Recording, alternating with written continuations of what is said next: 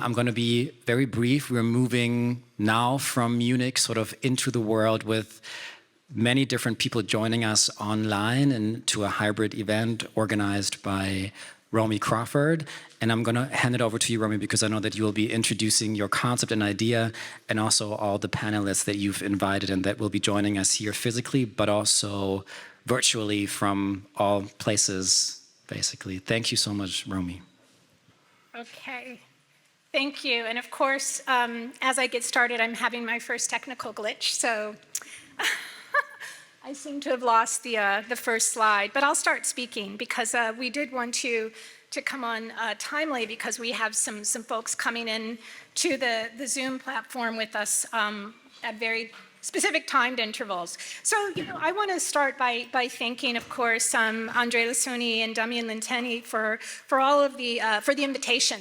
Right, and for the other Munich-based cultural organizations that invited us to be here with you, and of course, for this the tech team that's really been helpful to me in putting together what is a complex panel. So we'll see if we can make all the bits and pieces of this work.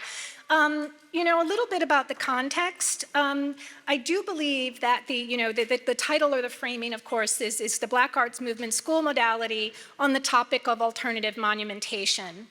And basically, that comes up as a thing that I might be here speaking with you about because of a book project from last year called Fleeting Monuments for the Wall of Respect. And really, it was in its own way a commemoration of the Black Arts Movement. And in this particular project, I asked several artists who had firsthand experience, an artist who knew of the Black Arts Movement and this very particular artwork from the Black Arts Movement called The Wall of Respect. I'll use the full title today because, of course, there's another infamous wall. I usually, when I'm in Chicago, just say The Wall.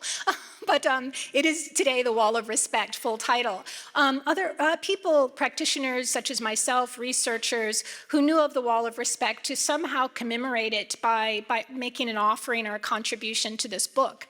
And that mattered because the Wall of Respect does not exist any longer. It had a very short, only 5-year lifespan, having originated in 1967 and no longer being existing. I'm going to think about it in terms of something that's alive, right? No longer existing after 1972.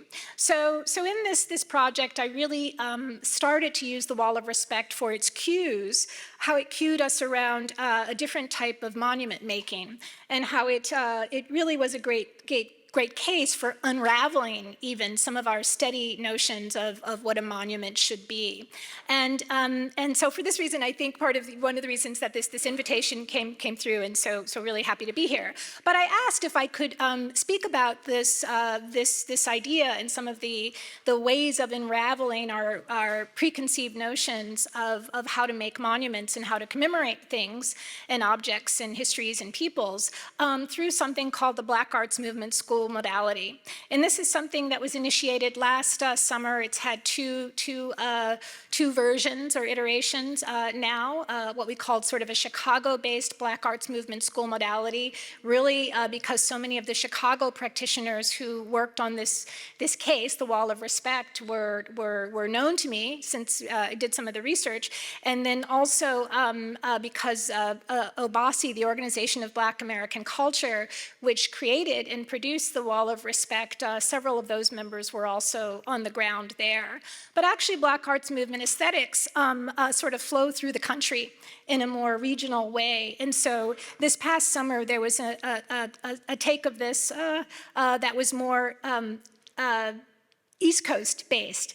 And so the Black Arts Movement School Modality East Coast took place this summer. And so there was a way that symbolically I wanted to have a kind of a way for all of us who constitute the Black Arts Movement School Modality in these two last iterations could be presenced here with you in Munich, which for me was an interesting play on the kind of noise and the cacophony of voices and persons that show up in this case that I'm sharing with you about today, the Wall of Respect, which is again sort of fueled and filled with Black heroes in various sectors of the arts and culture. And so Black Arts Movement School Modality, move through my slides if I can, did something towards replicating that. Another thing about the Black Arts Movement School Modality is that it was meant to engage folks that were firsthand practitioners, had firsthand experience in the 1960s and 70s with the Black Arts Movement genre of art making. And to that end, the faculty, many of the faculty are people who had that firsthand experience. And so for the panel today, it constitutes members from both of these working projects or ideas, Fleeting Monuments for the Wall of Respect or Black Arts Movement School Modality. The two gentlemen with me that are here on the ground in Munich with us, and I'm really so honored always to be able to work with and learn from these who are, now my sort of professors. I've dissertated with wonderful people and all of that, but I'm really taking the Black Arts Movement as something that's important for its knowledge forms, again, that are cued and that we should, I think, pay better attention to as we produce art, as we produce curatorial projects, as we produce institutions, and in all of our other endeavors. And so we'll get to some of that later. But I'm so happy for that reason to have Robert Earl Paige with me, who is, again, somebody who was at the scene of the Wall of Respect in the 1960s, 1967 and 68. I'll get to some slides later if there's time to show you some evidence of that. But right now in these introductory comments, I want to say that Robert Earl Paige is a designer based in Chicago presently, and with a really fantastic exhibition up right this moment in New York City called Power to the People, which was curated by Duro Oluwu. So really just so grateful that we have Robert with us here. Yes, thank you.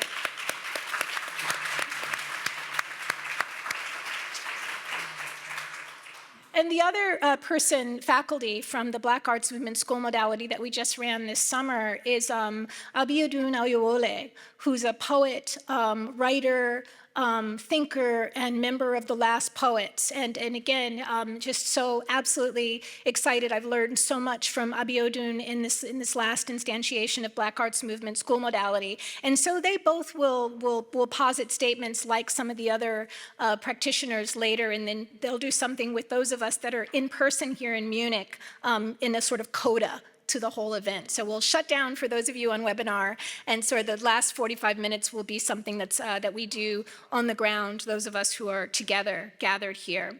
And then the other speakers and presenters today are folks that contributed, as I said earlier, to the Fleeting Monuments for the Wall of Respect book. And so that's going to include Fred Moten and Stefano Harney, both of whom I will say were facilitators in the Black Arts Movement School Modality. Cauleen Smith was one of the contributors to Fleeting Monuments. Faheem Majeed, the artist Faheem Majeed, was one of the contributors. A scholar and art historian, Mechtild Widrich, is one of the contributors, and she will speak. And then Val Gray Ward will be with us this afternoon, hopefully, from Chicago, zooming in. And Val Gray Ward is the founder of Kumba Theater Workshop, and again, one of those persons who has firsthand experience of the Wall of Respect and the Black Arts Movement era in her art making as a writer. And so I want to get for a moment to the Wall of Respect itself, this case. This is going to be really slowed down. I've got about 3 more minutes before I let my colleagues join in and make their voices present here. But the Wall of Respect, again, cues for me so many things around how we can make monuments differently. First of all, it's a blend of form. Just really quickly, there's paint on the surface of this mural. There's photography that was consciously worked into the design of the mural.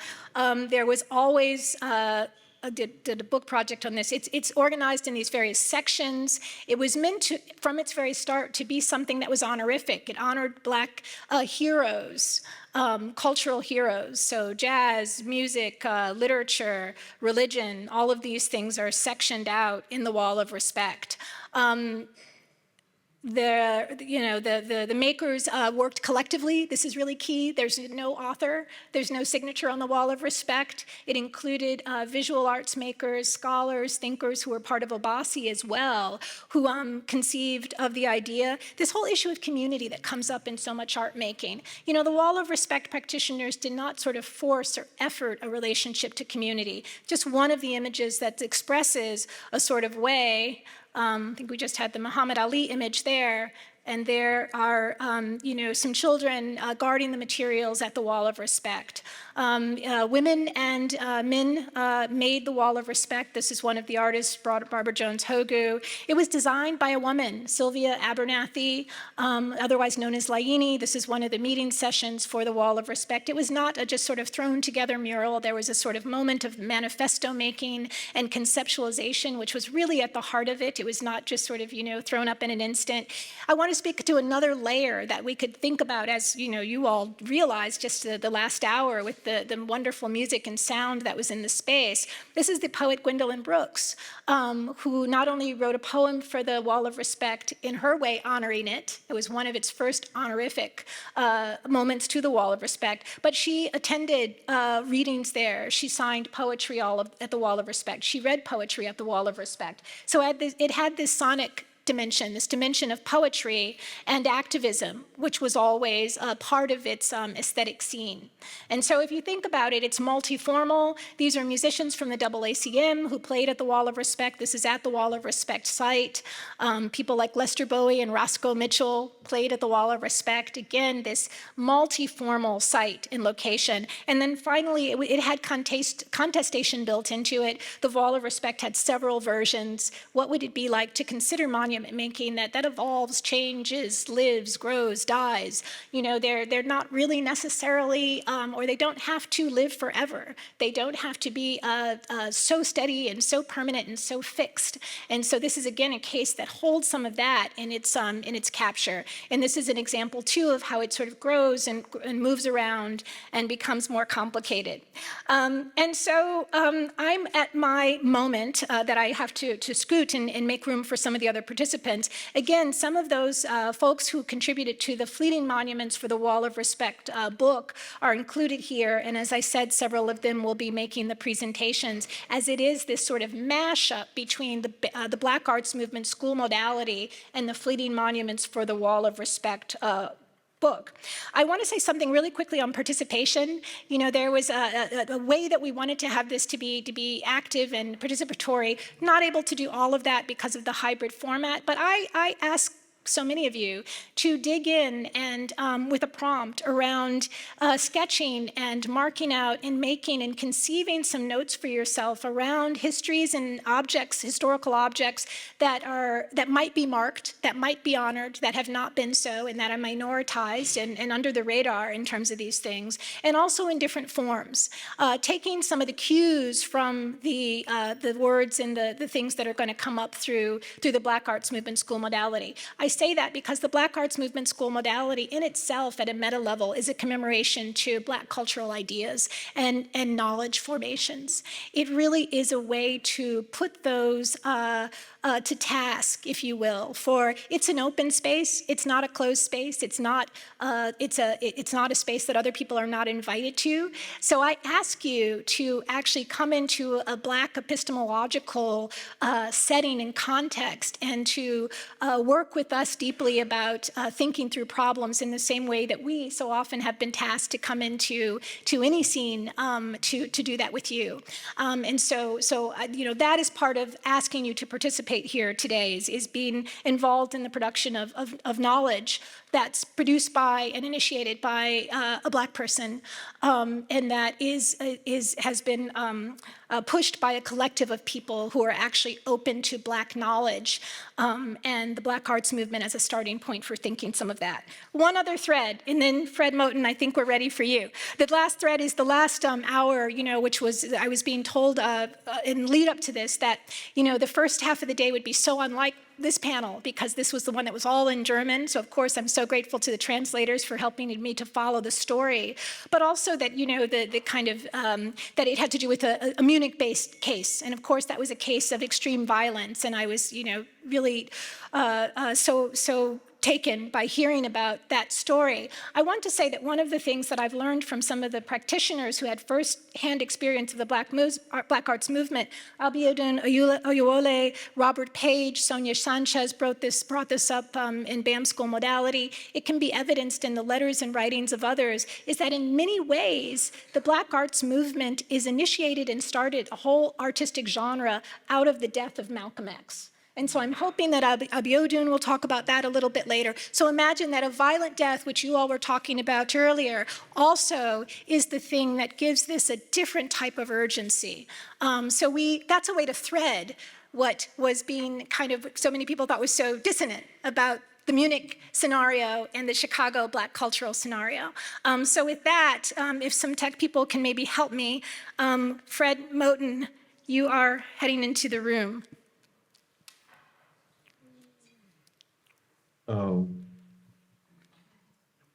Hello, everybody. Hello, can we see Fred?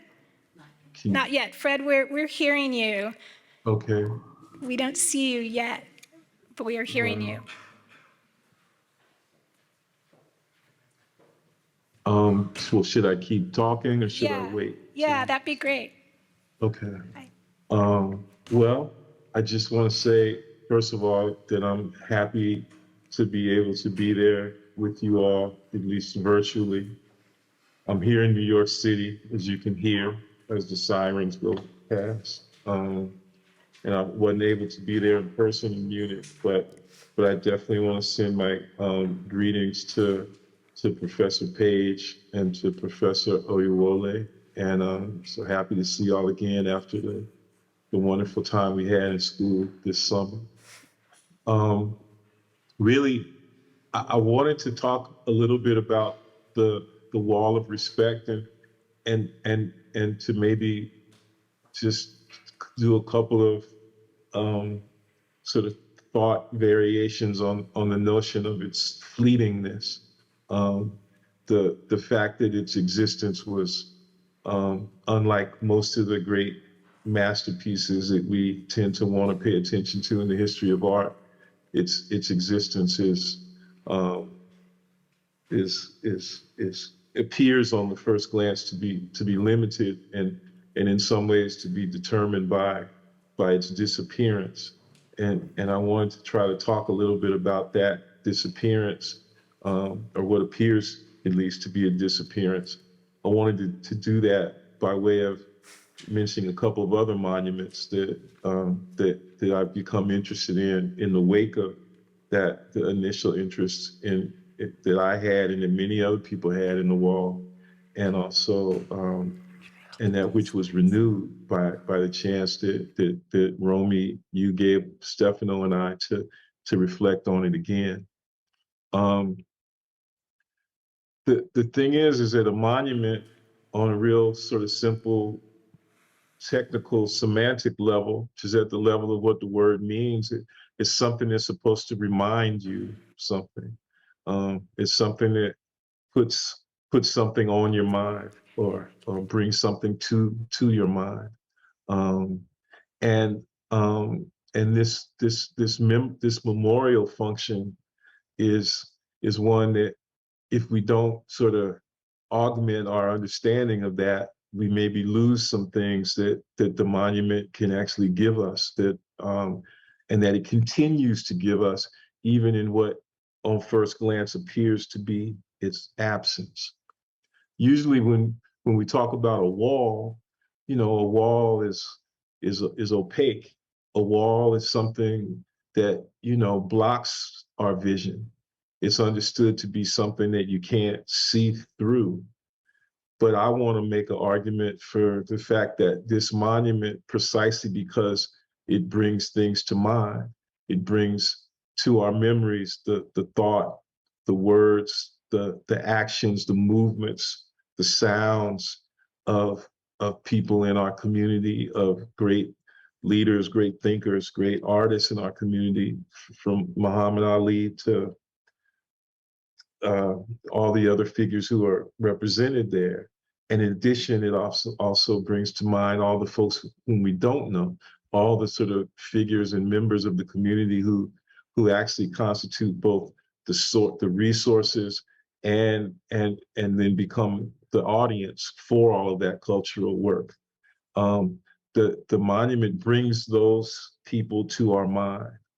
And insofar as it does that, the monument doesn't disappear, but by the same token, the monument isn't something that is merely opaque in the sense that it blocks our vision.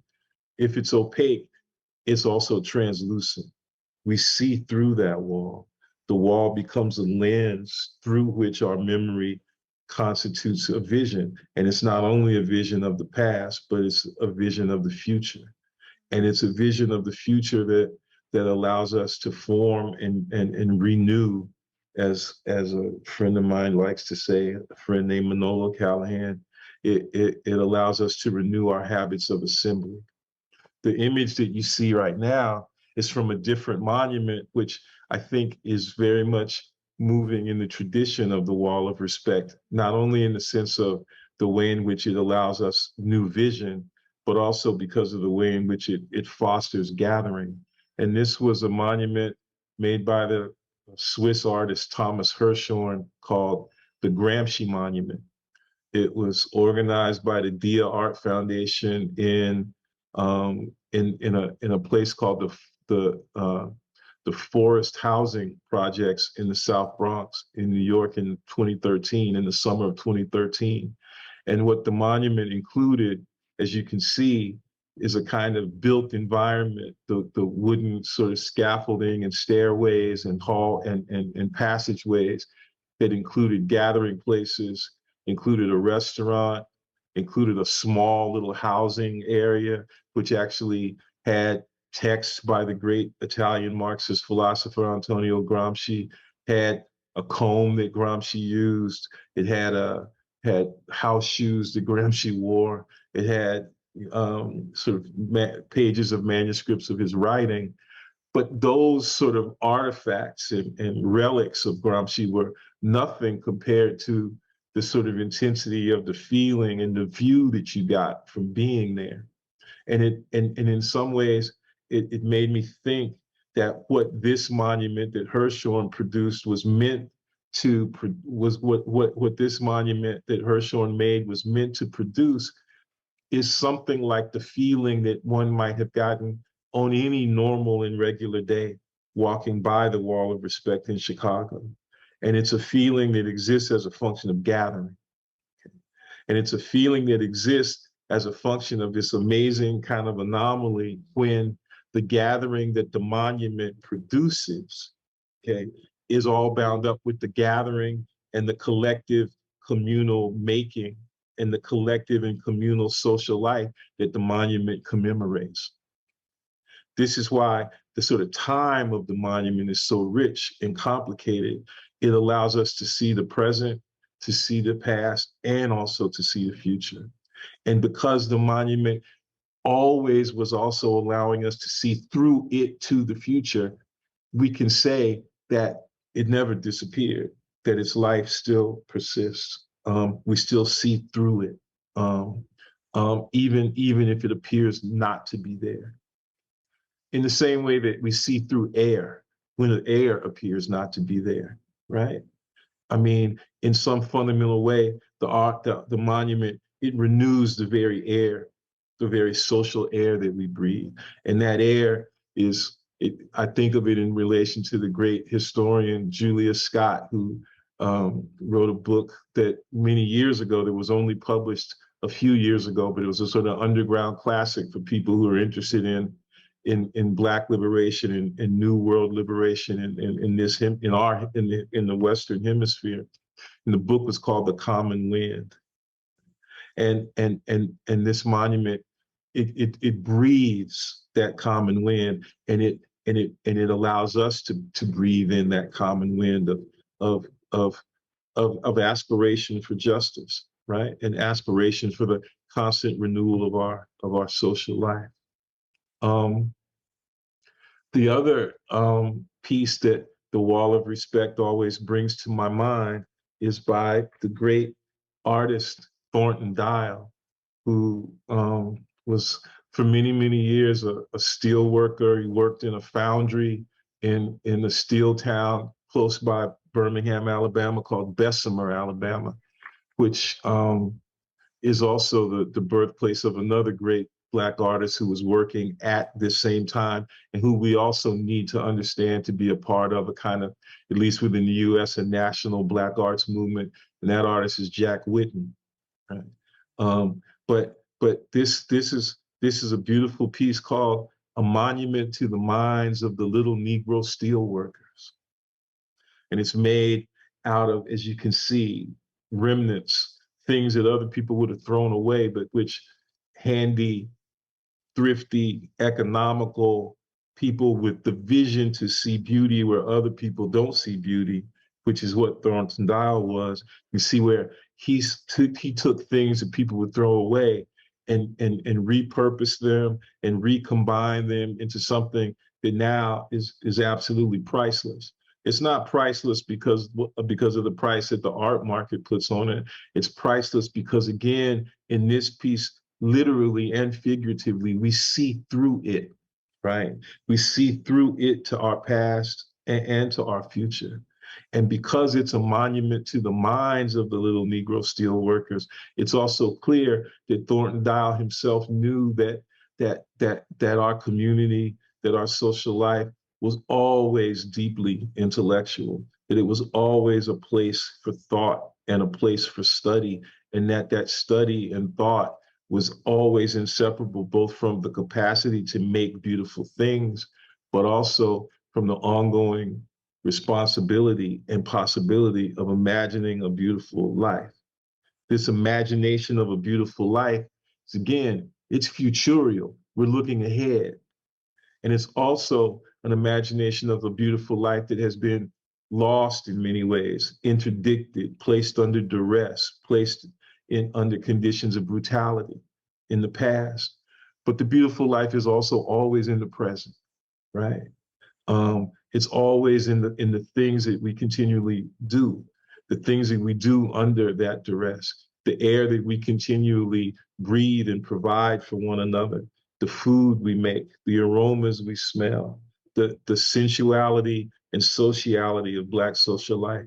This is a monument to that too. So this monument that is to the past, the future, and the present, these are fundamental elements to Black aesthetic work and to Black aesthetic social life.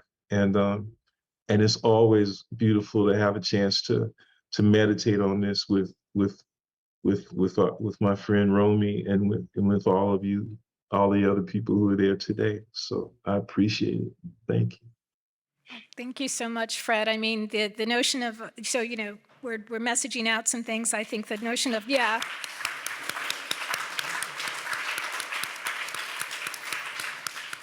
I mean, translucence, Fred, you know, come on. That's just, yeah, we should think about that. And of course, all the atmospherics and feeling and, you know, positing or thinking about monuments that don't have that sort of same visual object that we can always routinely locate and encounter. Yeah, so thank you so much.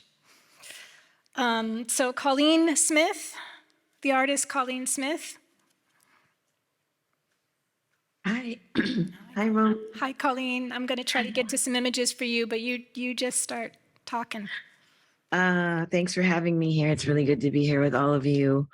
I'm an artist and filmmaker based in LA, but right now I'm in Chicago, and I'm wrapped in a blanket because I'm freezing. So if you see some puffy stuff around me, it's that. Flying here on the plane from LA to Chicago, I reread your book, Romi, and it was really nice to revisit all of the contributions and to think about in this moment the idea of monuments. I think it was the summer of 2021, or maybe it had to be 2020. My thoughts around monuments really shifted because I became aware of this executive order that was issued by the then president of the United States, the Trump, and the order was an executive order to create a national reserve that would preserve all of these monuments that were being taken down all over the country.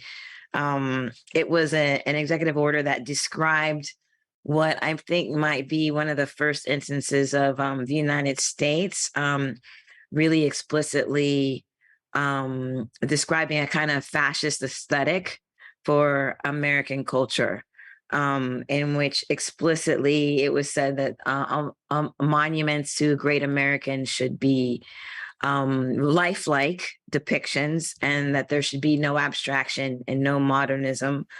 They listed many different names, from fictional, almost like mythological American figures like Davy Crockett, to very real American figures like Harriet Tubman, all in the same breath, to say these are people that we need statues of, and we're going to commandeer some parkland and put up all these bronze statues.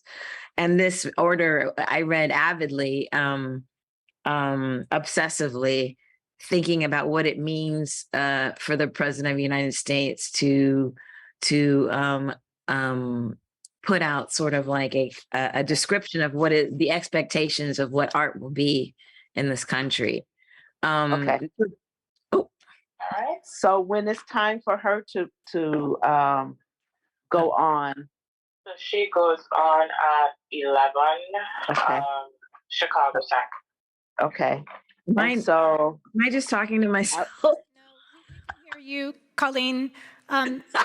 Somebody should put their mute on, though. We don't know who, but someone. All right.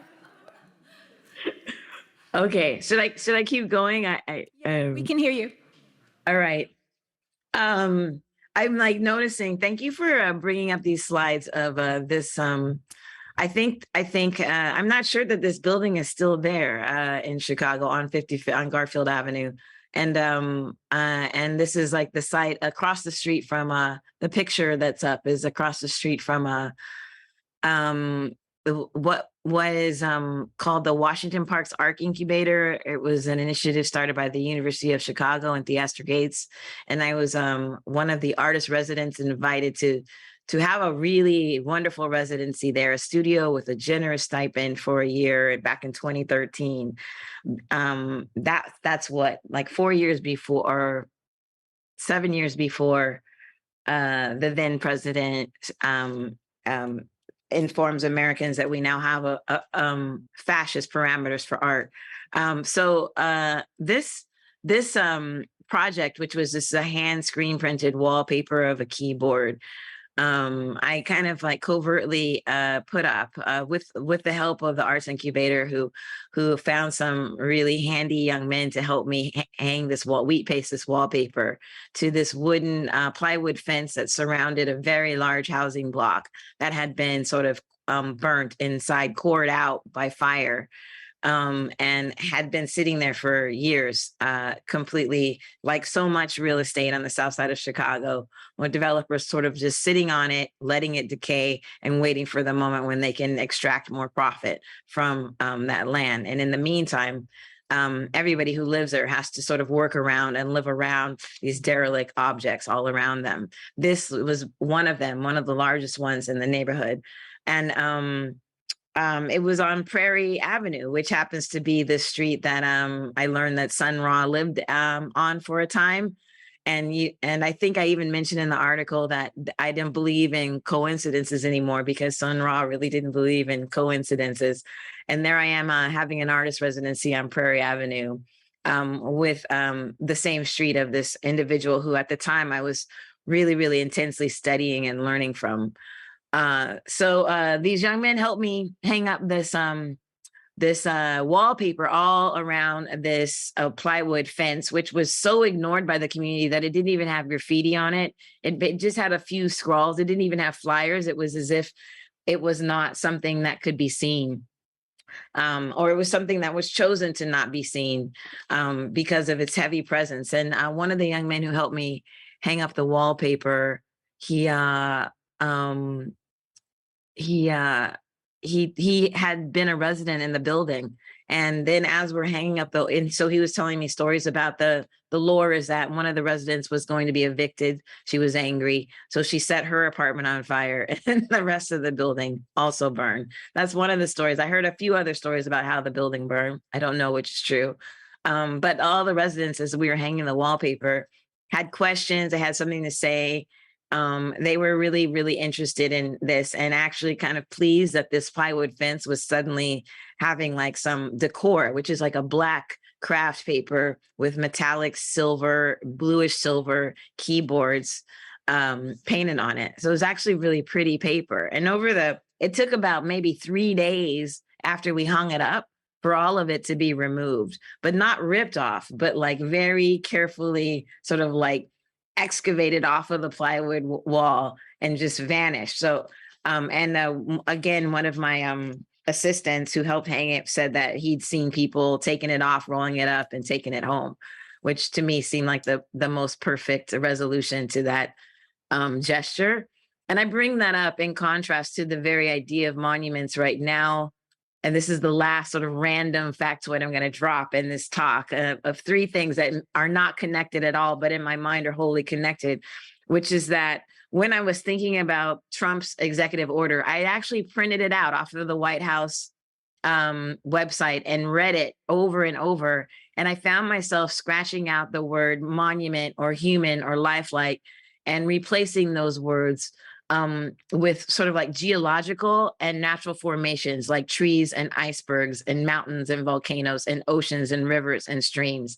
And I thought, and I started to feel very strongly.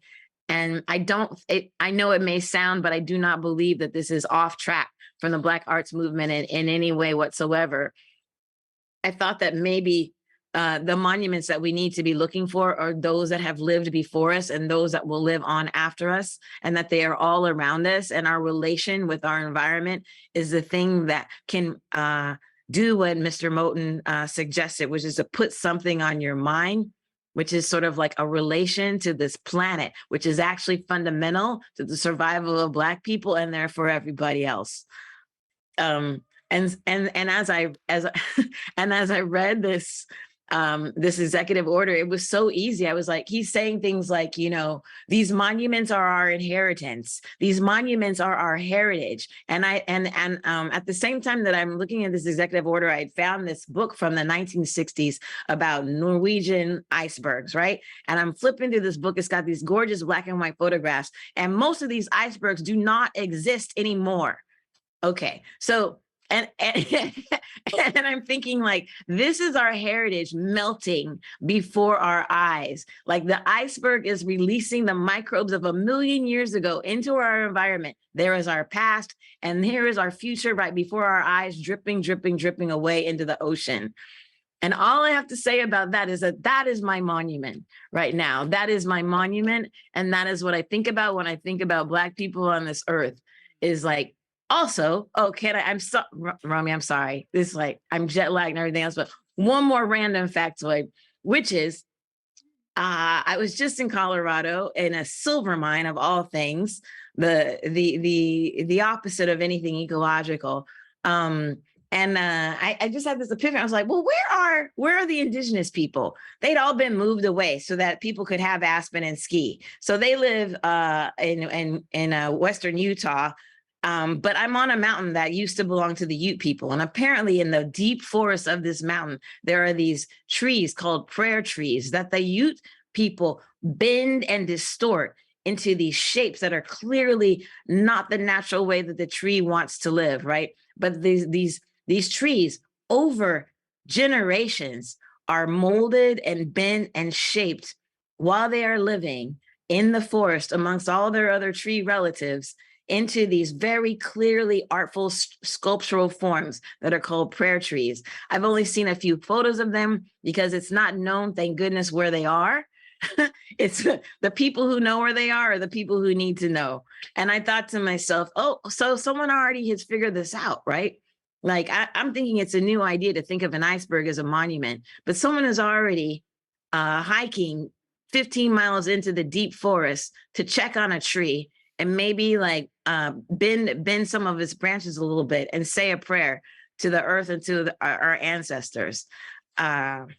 I know I sound completely crazy and like this isn't anything about the Black arts movement, but to me, this is the most urgent subject that Black people can have and engage with the rest of the world is how are we going to actually put something on our minds about how we live on this planet?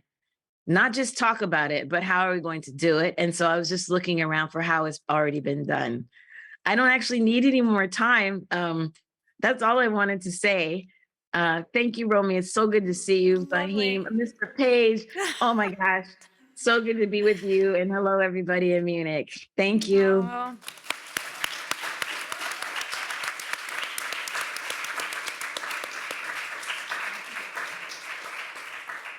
Thank you, Cauleen. And really, it's a perfect segue from Cauleen to Abiodun Oyewole, because Cauleen said she doesn't know how that's relating to the Black arts movement.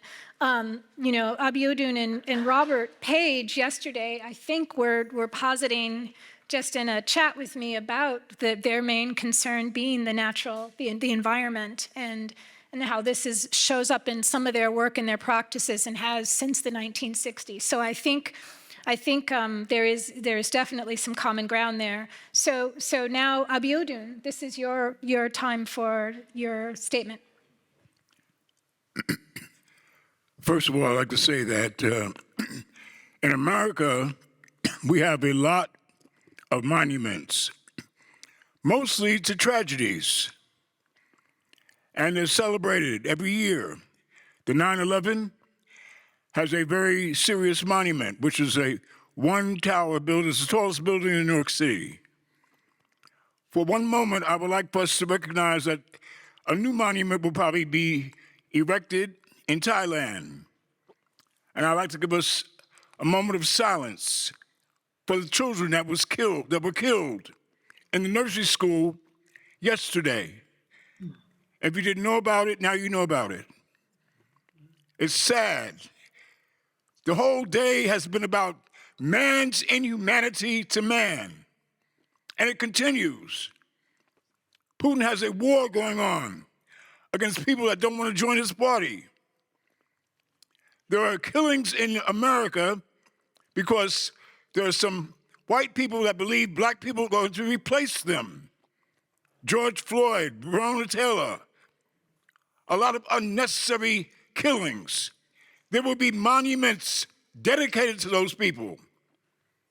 Each one of us is a monument unto each other. It could be for something good, or it could be for something very bad. And you will be remembered, you will be immortalized, one way or another. Trump was a complete idiot, and he is a monument of stupidity that will be worshiped by a whole bunch of other stupid people. And in America, where 75 million people say he should be the president, and he shouldn't be the president of a Black association.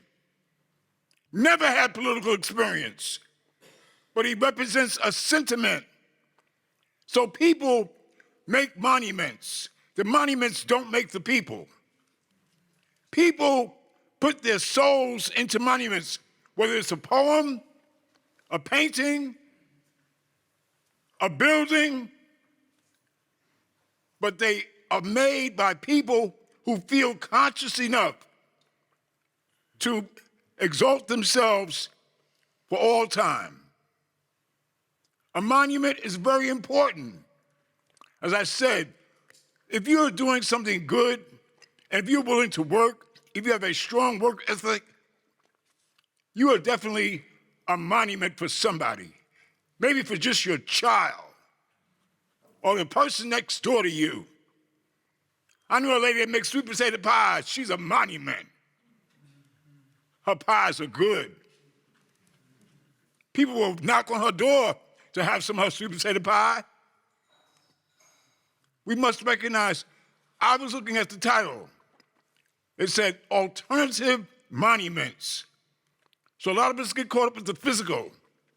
The reality is monuments are created by people who walk this earth and who live and die. And if they die and they've left some work, they'll live forever.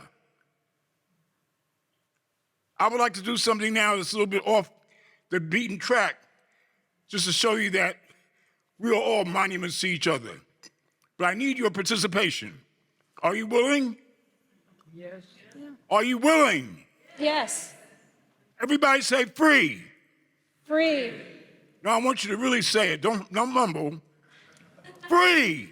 Free. Row. Grow. Wow, what's wrong? You ate too much for lunch? We'll try it again. Free. Free. Grow.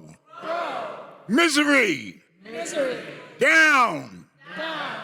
True. True. Sad. Sad. A lift. Lift. Here. Here.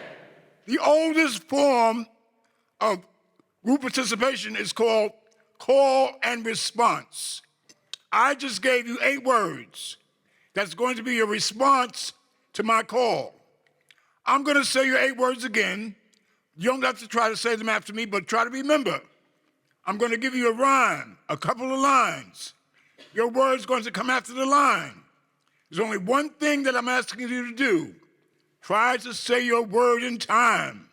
Don't be late. We're going to build a monument right now. Your words are free, grow, misery, down, true, sad, a lift, here. All right, here we go. I want to be what I can be, to be proud, healthy, and Free. that was pretty good. I want to say what I know to help my brothers and sisters Grow. I want to feel good about me and blame no one for my Misery. misery. I'll be strong, turn it around. Want to go up, I'm not going Down. I want to do what I can do to make all my dreams come True. True. Remember my past, the good and bad, how I made it art even when it was Sad. I want to share whatever my gift, and when you're feeling low, I'll give you A lift. A list.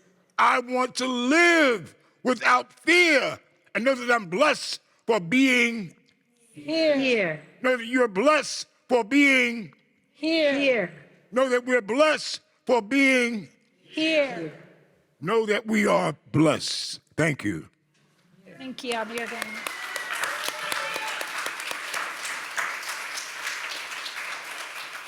So again, we think we're really deflating the concept. Whether, Cauleen's amazing call to put something on your mind, in your head, and how important that is. And Abiodun's, reminding us about the kind of power of invocation and, really speaking to each other. Call and response has this kind of extreme value when you think about just the exchange. That's so important.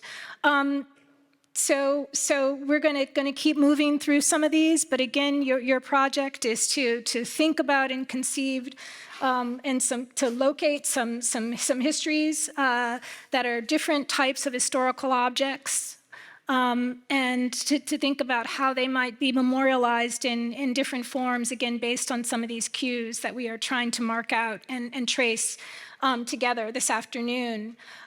So Stefano, I can't really see everyone, but Stefano, Harney. I'm here. Okay, great. You can hear okay? Yes, we can. Great. Thank you, Romi.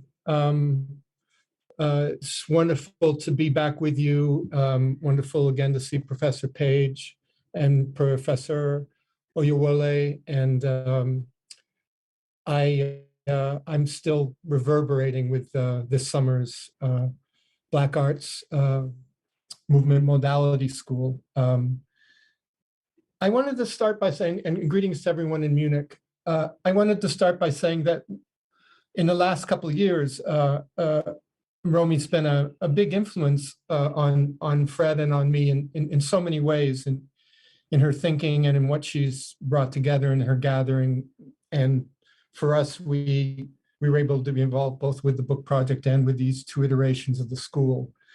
And I say that not only to give her the praise that she absolutely deserves, but also to say that one of the things that was renewed for me, particularly in the schools, was just how absolutely the Black Arts movement is an internationalist movement, is an emanation of the Black radical tradition as an international tradition.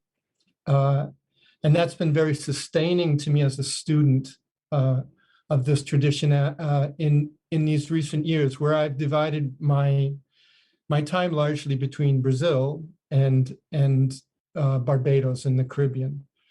So if you will allow me to extend our internationalism in this way, I wanted to say a few things about my experiences of the struggle in Barbados and in Brazil. And I wanted partly to try to express that through a notion of monuments. And of course, as Professor Oyewole just said, Oyewole just said, it's absolutely the case that, first and foremost, monuments are produced by real people. First and foremost, they are, in many ways, as Fred said, forms of gathering. And one other way I also wanted to think about them as sort of maybe like, well, unfortunately, the thing that comes to mind for me is a sort of spy movie idea, that they can be a little bit like sleeper cells. And what I mean by that is that a monument can be there and seem not to be activated. And then suddenly, as a conjunction of forces come together, that monument seems suddenly to be activated, and to activate with that all kinds of new forms of gathering, all kinds of new thinking, etc. And indeed, I would say that of the Wall of Respect itself. I'd say in this last couple of years, it's been reactivated. It's been called up into the struggle again in new and exciting ways. So if I could begin just to talk about this in terms of 2 figures which in different ways have been reactivated in Brazil and Barbados. On the screen is actually the Brazil monument. Some of you will be familiar with it, of Zumbi, the great leader of the Quilombo of Palmeiras. And he has this is a version of the statue in Bahia, but he exists also in many other places in Brazil. But I wonder if we could start with the slides from Barbados. That's it. Right. All right. Sorry. Yes. Can we start there? All right. Thanks. This is a statue from Barbados. So I'll start there. Again, in this case, another rebel leader called Busa. Busa led a rebellion in the early part of the 19th century in Barbados. It was very much a rebellion that, as Fred was saying, could be considered part of The Common Wind, the book by Julius Scott that he mentioned. The enslaved Africans who rose up in Barbados had very much in mind the winds of liberation that had blown across from the Haitian Revolution 2 decades before, and and continuing in various forms of struggle up to the moment of Busa's rebellion. It's very interesting that documentation of this rebellion is based, in fact, on the enslaved rebels saying, "We know we're already free, you just failed to tell us this," based on an idea that freedom had come to the Caribbean as a result of the Haitian Revolution. And interestingly, of course, as often happens in these situations, they believed that actually the king was on their side, and it was the local plantocracy that was keeping them in chains. Well, Busa's been around as a statue for a while now, 30, 40 years. And while on the one hand, passing it always, I think, activates something in people, for a long time it coexisted in Barbados with another statue, and that is the statue of Lord Nelson, which occupies, in fact, a more prominent space in the country and in the city, or did until recently. I don't know if you can turn to the slide in which we see, yes. So that's right, yeah. No, you had it with the statue of the guy lying down. That's Lord Nelson. He's being carted away here from the Square of Heroes, the central square in Bridgetown in Barbados. And that's a very recent phenomenon. And it's very much connected to political change going on in Barbados. And that political change in turn is very much connected to change that has been sweeping the world, and especially change that's been occurring through Black movements and the Black radical tradition.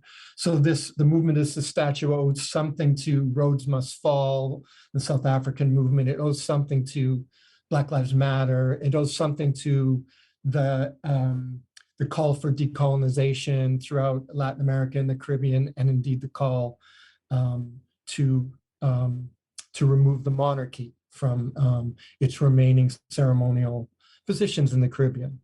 And so, as you may know, all of this comes together in the fact that Barbados becomes the newest republic in the world last year, and will celebrate its first year as a republic this year.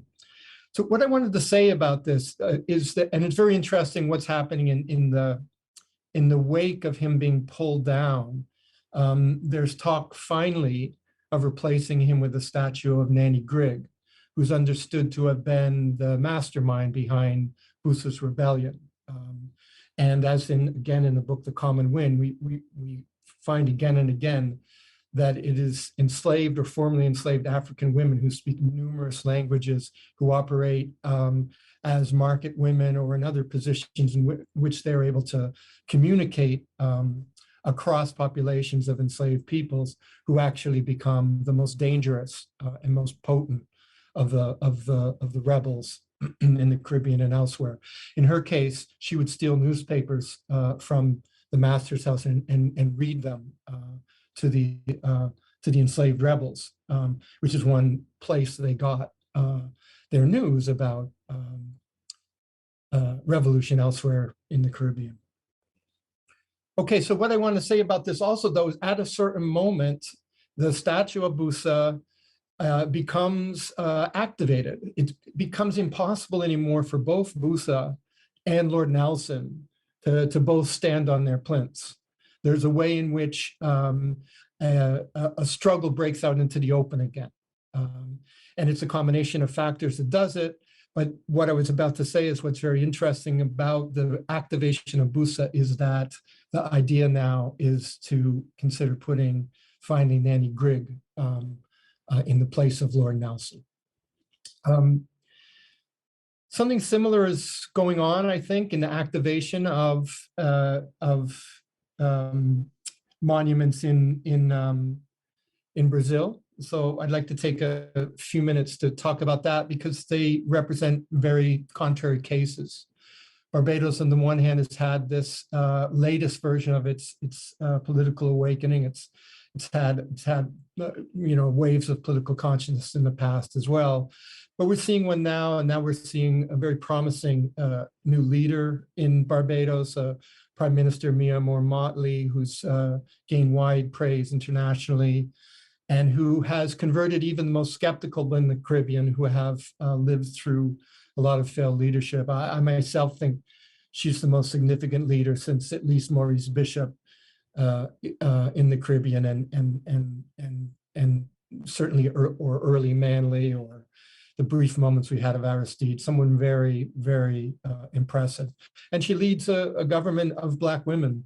The president who replaced the Queen is a Black woman, the deputy prime minister is a Black woman, many of the ministers, ambassadors, et cetera, are Black women. So it's a very exciting moment in Barbados, and the activation of these statues is a part of that. The possibilities that are reemerged through these monuments. Obviously, we have something very different in Brazil. And this was on the screen, actually, the last slide I was going to show you, but given the time I have, some reason. Oh, yeah. Okay. So this is interesting. This is, as you know, Brazil has this current president, President Bolsonaro, who's not only a grave threat to the environment, as we're hearing in earlier talks and conversations, but also very far right president, a crypto fascist, certainly a racist, and just recently, and this is why it's on my mind and why I'm talking to you about this today, he did much better than expected in his re-election bid, and there are fears that he may even win in the next round against the former president and center-left candidate Lula, who you will also know. During the election in Sao Paulo, this is a memorial in Sao Paulo. Brazil has very few memorials to its military victims of its military dictatorship, or indeed to its larger history of repression. This is one, and it has a very interesting timeline that goes throughout the 20th century and includes something called the Intentona Comunista, which I want to get to in a minute. But it's interesting when you go to this website, and it hasn't changed even though the first round is finished. It says, due to the election laws during the course of this election, the content of this website will not be available. So obviously, it continues to be a struggle to actually activate these kinds of monuments in Brazil. Could we try another slide? This monument, again, is a monument built by the community. And as you can probably see from the text, which you can probably read if you have a little Portuguese or Spanish or, Latin, whatever you have.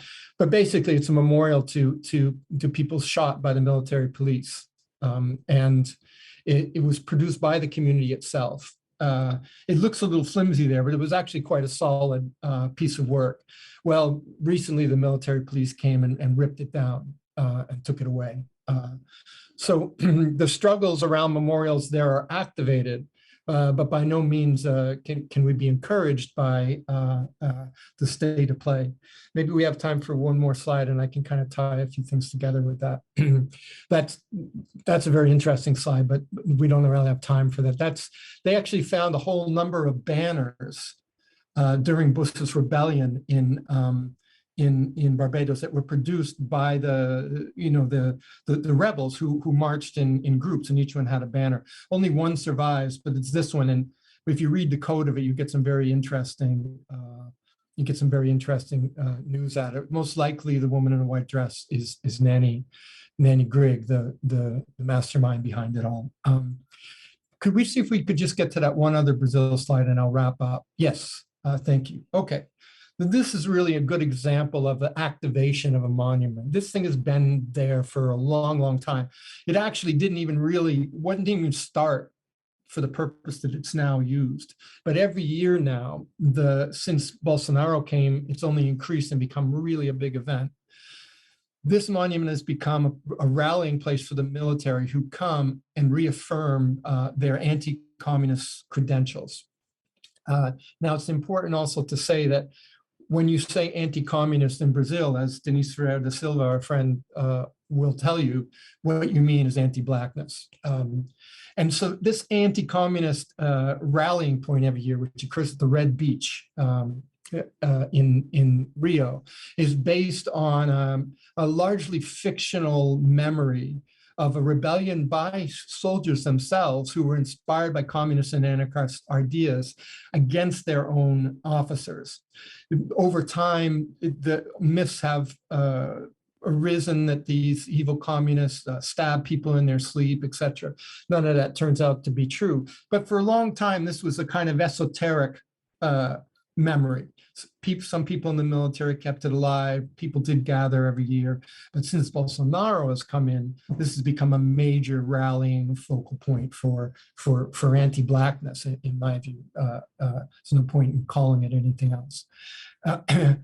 And of course, this presents us now with the fact that as all these monuments and sites are being activated in Brazil, the stakes are extremely high about what happens next.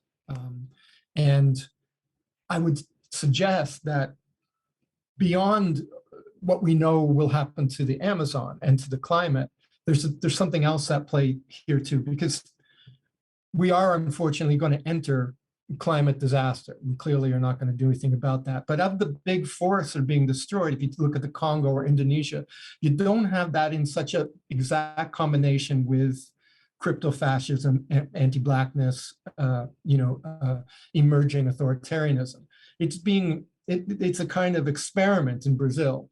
And somebody like Ron DeSantis is going to have to pick it up because he's going to get floods. So he's not going to be able to just be a denier. But what he can become is an eco-fascist. And that's what we're really at risk for in Brazil.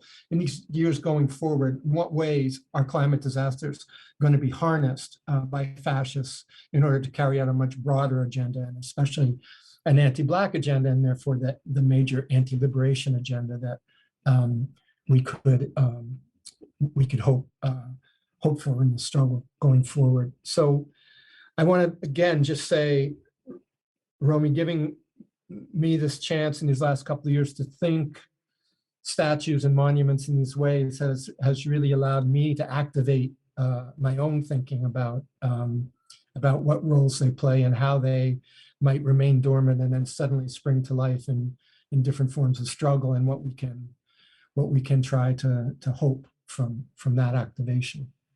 Yeah. So thank you. Thank you, Stefano.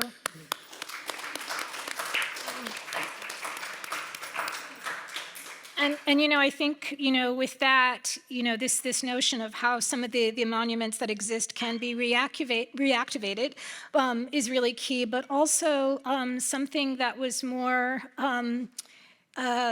implied and interesting, I think, in what you bring up, which is, that monumentation can be a foil for a set of other projects, and that in some ways we have to attend to what things they're foreclosing, but also what other bundle of things they are bringing into their mix. For some reason, as you spoke, that was really clear and apparent to me, and something that I've not actively thought about.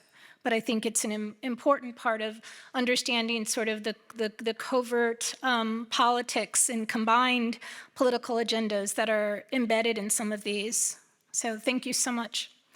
And so Robert Earl Paige, who's one of the other Black Arts Movement School Modality faculty, who's been with us over the last couple of years and is an active designer who has been making work since the 60s, is going to present now. And I'll try to locate some of your slides, Robert, if you want to begin. Well, you'll probably see me smiling up here and looking at this one here, because I knew Romi before Romi knew Romi. Oh, good grief. Which means that I knew her before she was born. And so I want to give a shout out, as the gentleman just said, and congratulate Romi on the person that she has turned out to be. Now, my take on the monuments is death is present, it's promised. And when you think about the wall of respect and you think about all the people that were involved, you know, there is a tradition that we have before we start talking or celebrating or having conferences. We have this libation where we pour water or wine and we sort of acknowledge all the ancestors that have gone before us.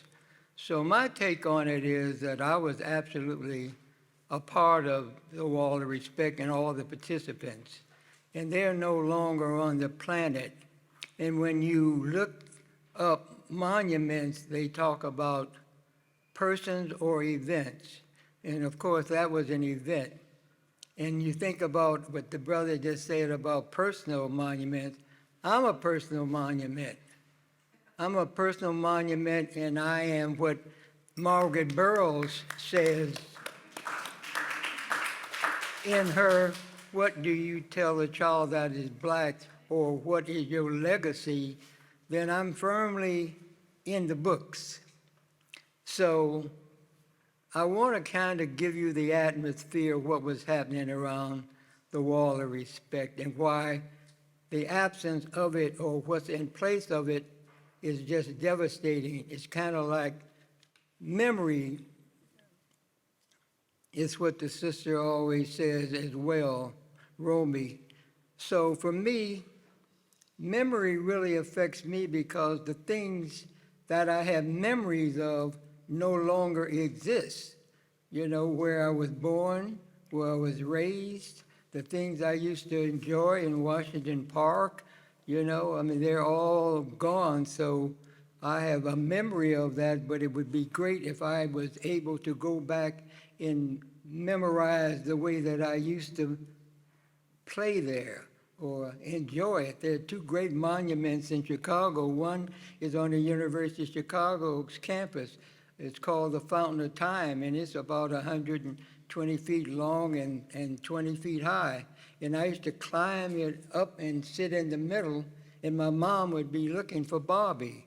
You see, so I mean, memory and monuments and all those things have a real personal effect on me. And I want to give the crowd a greeting from Chicago, because flight was 4,529 miles and 9 hours and 4 minutes. So I'm pleased to be here, and it's a great opportunity to be able to address this crowd. But memories, monuments, and events. Memories, monuments, and events. And I'm presently one of your monuments. Thank you, Robert. And I'm just gonna,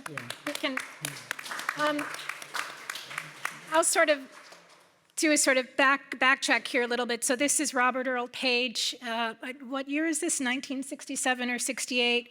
This is at that wall that was adjacent to the Wall of Respect. And it was the Wall of Truth, I do believe, and it's the Wall of Truth was sort of a different posit of present affairs, and so people would post newspaper articles and things. And so this is Robert Earl Paige with Barbara Jones Hogo at the wall. So, and she was one of the painters of the Wall of Respect. So again, that layer of sociality, something that Fred Moten spoke about earlier, that issue of gathering, the kind of the intensity of atmosphere that is often that often creates a sense of place and space and memory.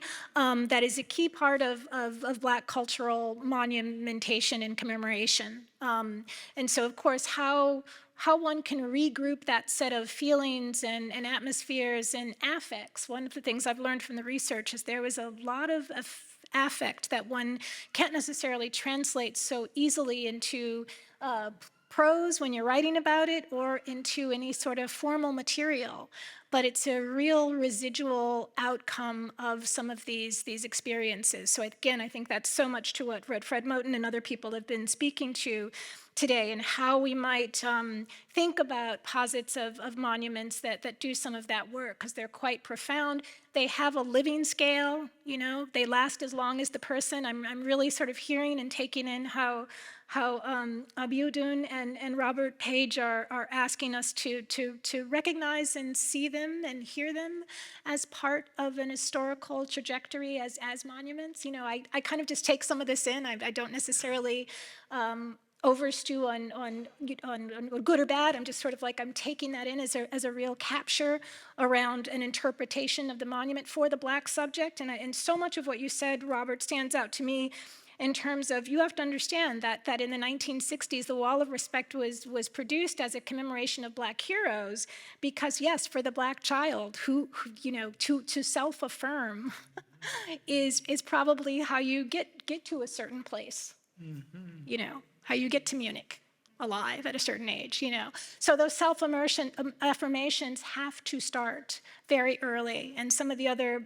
BAM school modality practitioners who had firsthand experience of this to a person shared that with us and taught us that, you know. And so while it may seem you know, kind of vague, or you know, you can't hold on to something like that, I think that there's something really profound. And again, those of us that have been, you know, working through this Black Arts Movement school modality are listening differently and hearing different things and able to interpret where, again, the knowledge formations are. So that's a lot of what we're doing here as well. So I just want to push through. These are some of Robert's contributions. He, you know, he's a design artist and does that. And I just want to get to the place where I mentioned earlier. Sorry, I couldn't figure out a way to do the slides without showing everything. But this is, Robert is the you know, also I want you to say something about your design. Robert founded, and you're quiet about this, but something called Everyday Art. And you can tell us what year that is, but he founded a kind of project of everyday art, which was basically workshops and seminars. And I should say that the Black Arts Movement school modality comes out of this research so intensely. This is not like you know, that I wanted to do it because the pedagogical impulse, that notion to teach and produce workshops and programs and seminars, et cetera, was something that's really hardwired into Black Arts Movement arts practices. You know, so one had a design practice, and then they would found something like everyday art. Or one would make music like Roscoe Mitchell, and yet they'd also be, you know, part of the AACM and do workshops. Or in the case of Val Gray Ward, you'd be a writer and a poetry, and you would just found Kumbha Theater workshop and teach theater. So this is actually the thing that it's perpetuating, is this pedagogical piece that goes alongside so many different art practices from the 1960s. But would you just say something about the Everyday Art project? Because I think your sensibility around design is really interesting in its relationship to kind of nimbleness, the everyday, the what I've tried to describe in language as the at the ready, just kind of making things quickly and with the materials that are around. Well, the everyday art came about in 1967, and the idea of it was the role of the artist in a changing community, artists and non-artists alike, in the creating of a community aesthetic. And that's where it came from, that's where it started. We got a generous grant from the National Endowment to perform 2 years on the south side of Chicago, and we were the first to have festivals on the south side.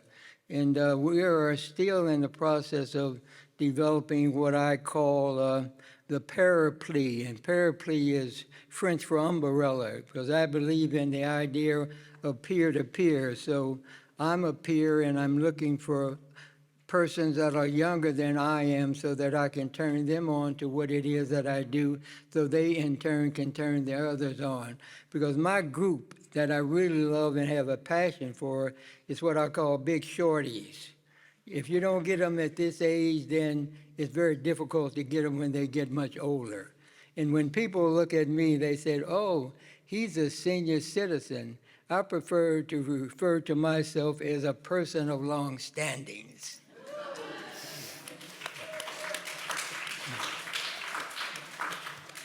And here, just a little bit more insight into to Robert Paige's practice. This is a design collection that he produced in the early 70s called the Dakabar Collection, which was basically based on his designs, inspired by motifs that are African, and these were in the homes of many people who kind of socialized together within the Black Arts movement, and so this kind of notion of domestic lives.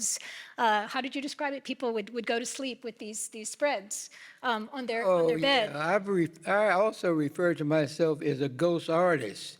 And where that came from, I was working in Detroit at the time, and in the parks, and I would drive up, and the young kids would rush me, and they would say, fabric man, or ghost artist. And the ghost artist comes about when you go home, you pull the sheets up over your head, or you look at your shower curtains, and you have no idea that it's someone like myself that's responsible for those patterns or those designs. So, and then of course the more contemporary, as I said, the exhibition that he's made that's up now with Oyewole, I think kind of tells you a little bit of the path for Robert Paige in terms of design. And I recently have been involved in some writing on Black designers, and again, a couple of years ago there was the fallacy that there weren't any Black designers working prior to a certain point, and so Robert, of course, was doing this in the 1960s and 70s, and so there are several projects underway, and people are really interested in this work because it is one of those forms where people just imagine that there haven't been Black practitioners. So I think we can talk about that a little bit more since you're there later. But Faheem, Majeed. So I think we're going to. Yeah. Hello, Faheem. Hello. And I'm going to get to your slides, but you can just start talking. No problem. First, thank you so much for the invitation, and hello to everyone there. I wish I could be there with you. My name is Faheem Majeed. I'm an artist, and after listening to everyone's presentation, I think I would have done my presentation very different than I am doing it now, because I'm just so inspired to think about. There's a lot of ways to think about monuments. After I do this presentation, I'm actually hopping onto a flight to go to Omaha, Nebraska for an opening I'm having, but the honor is I'm having it at the same time as the opening for Richard Hunt, who is someone for me who is a monument maker. He makes large steel monuments. He's me as a metal sculptor who trained at Howard. He was my motivation. I walked by his art and looked at his monuments and wanted to also make large-scale monuments. But I'm going to skip ahead a little bit before we start. And I got a lot of pictures because I'm a picture person. So, Romy, when I get going, I'm going to let you know. You can just kind of every 5 seconds, just hit it. We're going to get a rhythm going. But before we do that, I just want to say this before we start moving, Romy. Can you go back to that first image before we hit the rotation? I started out as an artist in 2000, studying at Howard, thinking about monuments in the sense of making large-scale sculptures. And then later on, I'm going to jump ahead, you'll see an image. In a lot of ways, Richard Hunt is I think of like my art grandfather in my art family. I think about my art family. And Richard is someone who I aspire to in the sense of work ethic, scale, medium. He's truly the Iron Man to me. He's a man made of steel. And then I met a woman named Margaret Burroughs.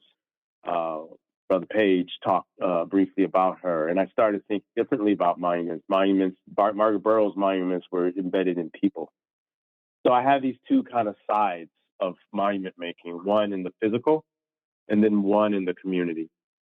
And Dr. Burroughs is my art grandmother. She's the one I spent time with, really changing my perceptions of how art is embedded in people. So I love what the brother was talking about when he said people are the monuments. And I truly, truly believe that. And I'm always somewhere in between. This image here is an image called A Great Day in Bronzeville. And it's on the steps of a space that opened its doors to me when I first came to Chicago, when I did not have a network and a home. And I kind of became an artist in residence in the early 2000s, as so many of us did. And in Bronzeville, including the Wall of Respect kind of founders, including Nasrikova, including Obasi, So many people came to the doors of this building that is now 80 years old. Southside Community Arts Center, founded out of the WPA, Works Projects Administration. And it's one of the only ones that has survived in the same kind of facilities. I just want to say before we start moving, Romi, that this in a lot of ways is my self-portrait. It's how I see myself when I go out in the community. It's the only way I can see myself. This is me.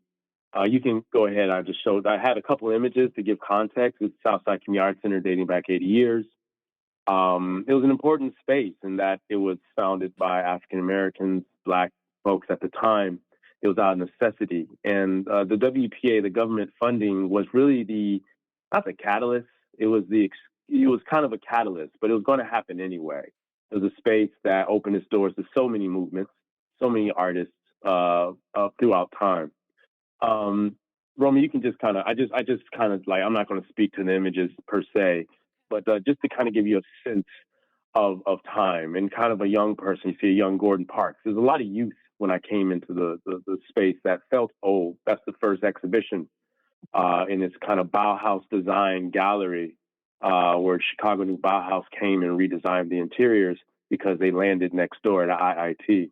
So there's a lot of Germany in the space as well. I call it like Bauhaus with soul, but it kind of got co-opted and changed. And I didn't understand what Bauhaus meant when I came in. I was just told, like, just tell people it's Bauhaus. For some reason, they get excited.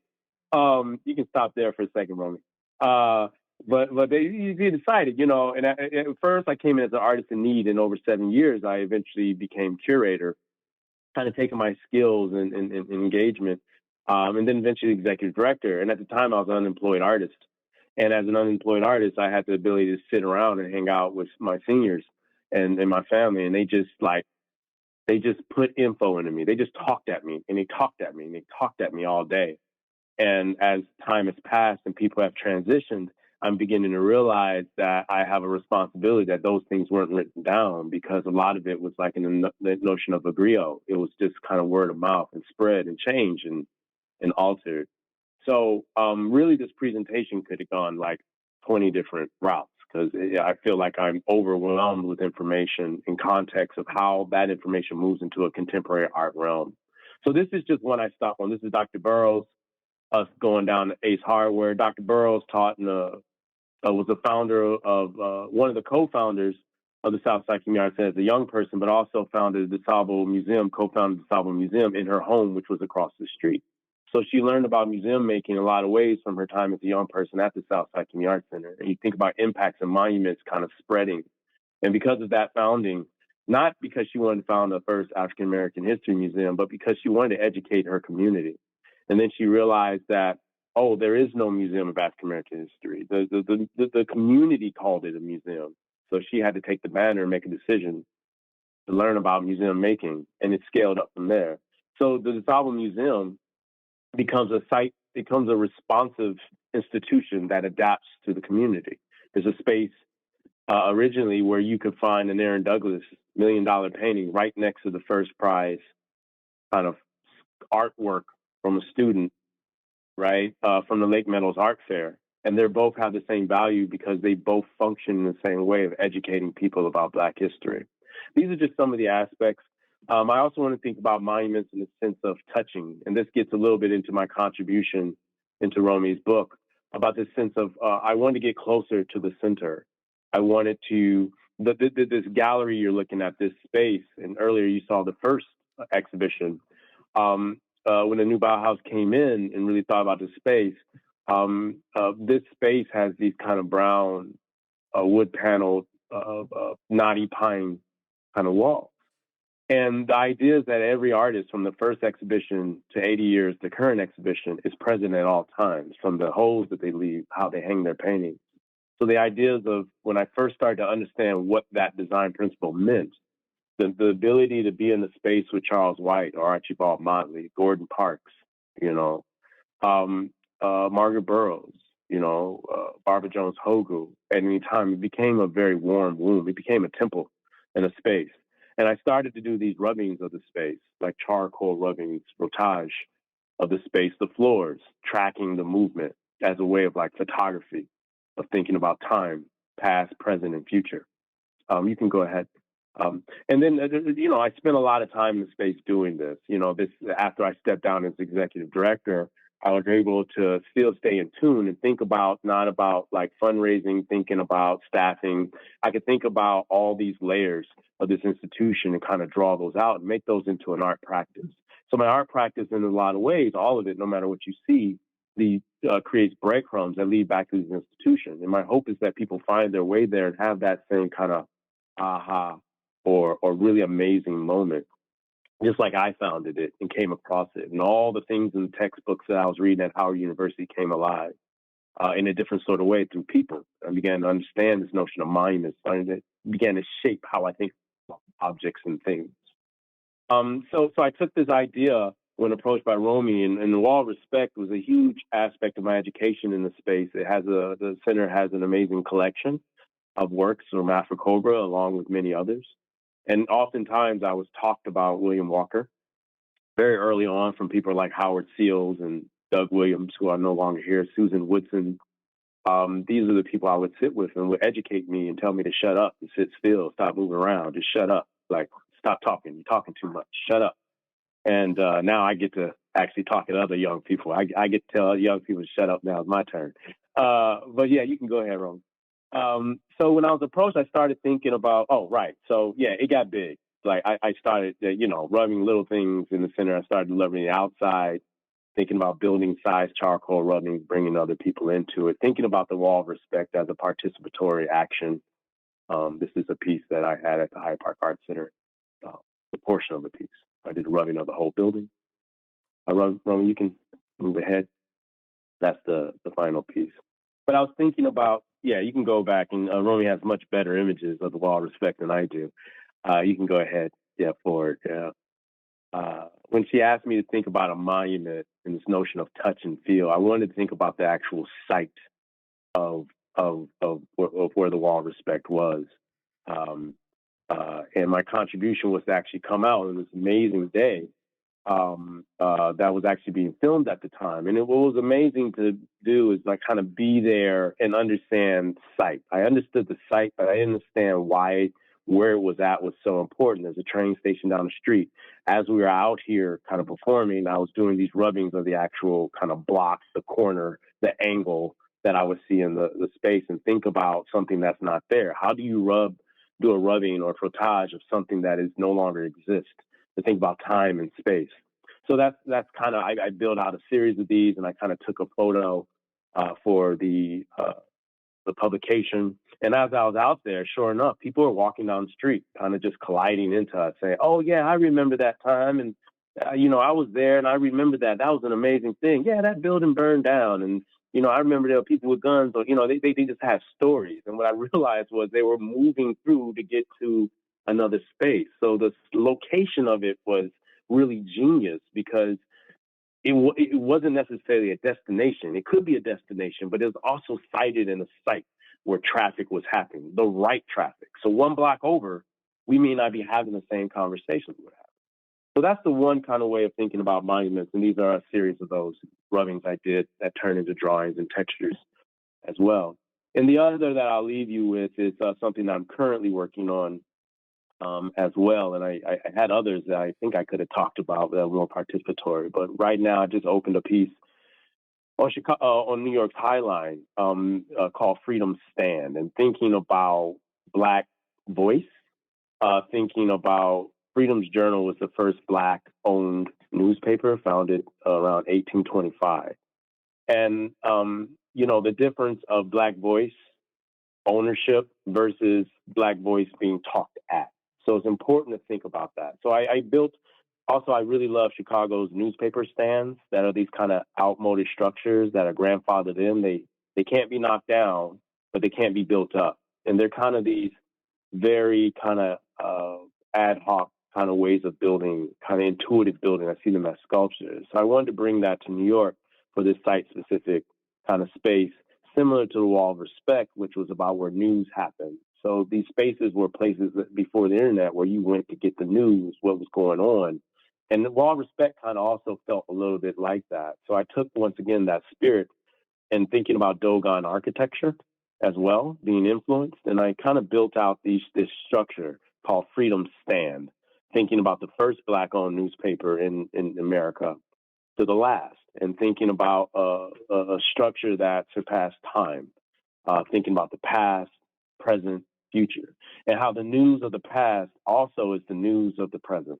We're talking about vaccines, right? We're talking about anti-vaccine, but we're talking about 1920s, right? And it's just amazing to me as I go through these archives that are out here screaming to be activated, you know, the Black voice, and then creating a structure with wheat pastings that will go up every month to alternate and change and be in space. So once again, think about monuments of voice, think about monuments of the past that are screaming about the present as well. It's the same conversations. The lessons are there, beautifully designed, and who that's for as well. So I'll leave it there. But yeah, this is so on point in a lot of what I'm thinking about now as well. So thank you for the invitation, and I wish I could be there with all of you to give you all hugs.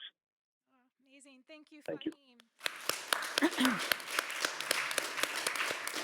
I do have one quick question while we have you before you jump on your plane. Are the panels, the newspaper panels here, going to switch out? Yeah, so every month there'll be another set of them. And I got to tell you, they're wheat pasting. So I love the idea of the thing kind of fading, the sun hitting it, and then new things go up and they start to blend. So it's something I'm really excited about. The hardest part of this was the editing, because, you know, the Black voice is genius. It's just genius. And to create a platform in this way, the hardest part, I could do 200 of these. I could feel like easily and still not have enough space, and swap them out every day. And it was so hard, just so hard to pick which images. It's impossible. It's incredible. It's an impossible task. Yeah, I can't believe you figured out a logic for that movement and that flow of information. It's really exciting. It's truly exciting. It's truly exciting. So I hope to bring it back to Chicago. I hope to bring it all over the world and actually create lots of these, connected to communities, connected to people, and how we get to edit our voice, our voice through our motifs. A lot of these don't exist anymore, as well. So it's also nice to kind of conjure back. So I'm excited about this. Yeah, the public artwork that can be revisited, edited, revised. That's the move. That's a really important thing. Yeah. So, and where is this one more time, Faheem? Just so people know. This is on the High Line, right near Hudson Yards, outside of the Shed Museum. It's a really great location in that there's so much traffic. So I'm getting a lot of really interesting, just being there for an afternoon after it's installed, just seeing how people engage with the images, people having visceral responses to George Floyd, really, visceral responses to different things. But it's like to have a 200-year arc. It's fun. I mean, everyone responds to it, so I'm really happy about that when that happens. Fantastic. Thank you. Thanks, Faheem. Thank you. And so now Mechtild Widrich. And Mechtild also contributed to Fleeing Monuments and is a colleague of mine at the School of the Art Institute of Chicago. And has written really important books on monumentation, I should say. Yeah. Thank you. Can I share myself? Is that okay? Yes. Oh, yeah, sure. That'd be great. Can she share? Maybe. Yeah, I think I can. All right. All right. Thanks, everyone. Thanks, Romi. The reason I'm sharing is because I changed everything while I was listening to the amazing presentations. So I want to maybe position myself. I'm Austrian. I'm an Austrian art and architectural historian. I grew up 2 hours from Munich in Salzburg. And so my first book, Performative Monuments, came out just before I moved to Chicago. And I looked more historically at new forms of commemoration in Central Europe. On the right side, you see the next book that is coming out. So when I moved to Chicago 7 years ago, I was thrown into a very different discussion around, the monstrous objects to white supremacy. And I tried to understand what was going on and what my contribution might be. And you see here a couple of publications that came out. Very importantly, of course, Romi's Wall of Respect book. And the reason I'm telling you this is also because I organized a panel at the School of the Art Institute to which Romi contributed. And so what happened is we were sitting there thinking about how to get rid of these monuments. And then Romi came in and said, let's refocus our attention. Let's not do this. Let's not give them that much space. Let's think about new forms of commemoration. And so I also want, the audience in Munich to understand that this kind of panel is quite unique for us in the US, if I want to, include myself here. I'm a dual citizen now. And I really, really appreciate what you're doing. So I'm wondering, what can I contribute? And I think looking at the discussion so far, I think it is very important to think about the need for public commemoration and the reliance on public space. So why do we need that stuff? A lot of people did mention memory, but it seems extremely important to have public commemoration as a political statement and to have something in public space. However, I think traditional monuments fail to allow conflicting histories to come to light. So Cauleen talked about fascist aesthetics, well said. I think, but then I thought, why? What is so problematic about these forms that they cannot, I think, be revived, or they're not revivable? And I think it comes back to also something maybe Fred said, right, about translucency, being able to look through. These traditional monuments tell one story, they have their one-liner, they do not open up to participation. They do not open up to different temporalities, as in what do we make of them in the future. They do not open up for a responsibility that we share a certain site or space have to take for history in order to move into the future. So I think there's a lot to be said why these forms just are not revivable. And that is somewhat controversial. Some people think if we only have the good guys, right, in those traditional forms, it would be progress because they're so easily recognizable. As in, we finally have a good person on the monument. No one's gonna not understand what's going on. But I do think it's not ultimately a good idea. So I'm thinking a lot about multi-directional commemoration. And the term multi-directional monument comes from Michael Rothberg, an incredible scholar who thinks more about history and literature. I'm thinking more, again, in terms of sight and openness, also to concepts that engage a little bit also what Cauleen said about the planet. What materials can we use? Let's not use, bronze. Let's stop taking stuff out of the planet. I think the planet is part of the site, the part of the history that we need to think about. And I also think we need attention to spatial relations and to embodied history. And what does that mean? So obviously embodied history means, that we have affect, that we can engage with the histories. But I think it also means that we allow all the bodies that come into different spaces at different times to be able to connect to histories.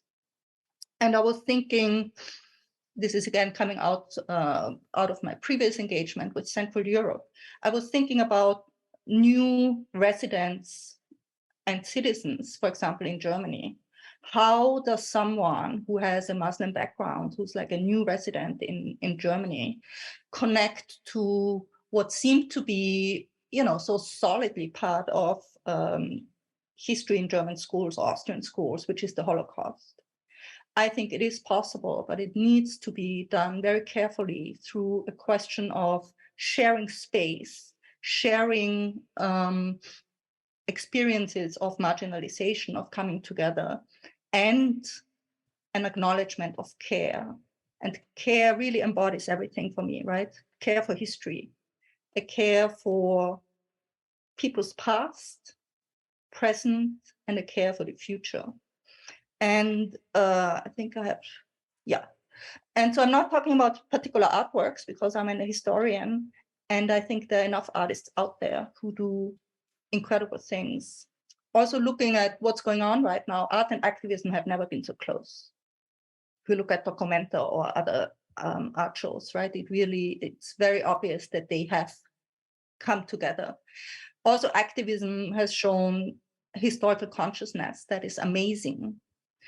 There's also, artistic research as a newish kind of form that I think is extremely inspiring because it brings together all that we want in terms of reaching back to the past, finding new forms that also are able to engage an audience and portraying like a better future for us in finding new forms.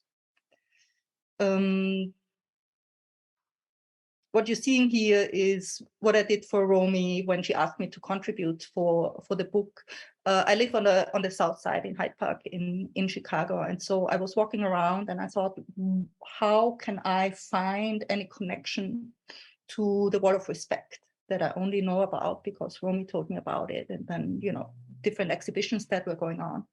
And once you open your eyes, you find a lot in the spatial settings that can immediately connect. There are a lot of murals. There are murals by people who worked for the Wall of Respect still up. And I think it needs, an openness from the audience and from everyone who participates in the space to what that space means and meant for the people who lived there and live there. So I guess that's all I want to say. I mean, maybe that's also a shout out to administrators. So I think they might be lagging behind. So stop thinking constantly about, these big monuments and how to occupy space. Be open to these new forms and allow them to be taken seriously and approach. And I just put in, you see the memorial group in Russia, they won the Nobel Prize today, Peace Nobel Prize. And I hope you all know that they're not just researchers, they're researching Stalinist terror, they're also designers. So they're actually making these designs. I guess maybe they're probably not allowed anymore, but they make these designs in public space where they put up these little plaques with the names of people who were taken from their homes and sent into gulags or were persecuted by the Stalinist regime. So all these things exist. I think they're also multidirectional in that they're global, however you want to use the word. And I think that the art scene in its global connection and global activism can really move us forward. Thank you. Thank you, Mechtild.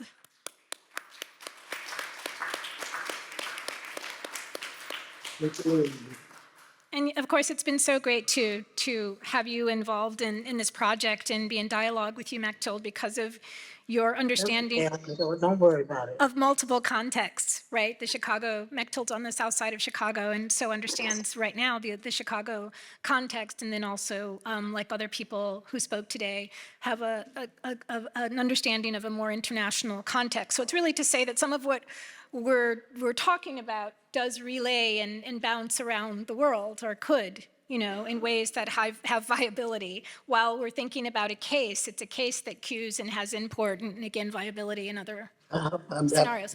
Okay, I'm going to stop speaking because I hear Val Gray-Ward is with us. And so Val Gray-Ward, as I said earlier, is one of those folks. Hello there, Val, how are you? Hello, Professor Ward. Well, thank you. Yeah, your slides are coming on, but I just have to say how, again, honored we are. We said earlier at the top of the panel that it's especially great to have, those of you who have this incredible firsthand experience of the Wall of Respect, literally, but also of the Black arts movement, and also were innovators who founded not only pedagogical structures, but also institutions. So I am just so always looking to you for insight and wisdom, and really, really so glad that you're able to chime in with us today. So it's yours. Well, thank you, Romi, and hello, Germany and the rest of the world. I have, even though I can we see her? Can you hear me? Oh, you can't see me. Oh, now we can. Now we're good. We just needed you to move your camera. Yeah, you're good. Well, I wanted you to see the quilt too. Oh yeah, okay.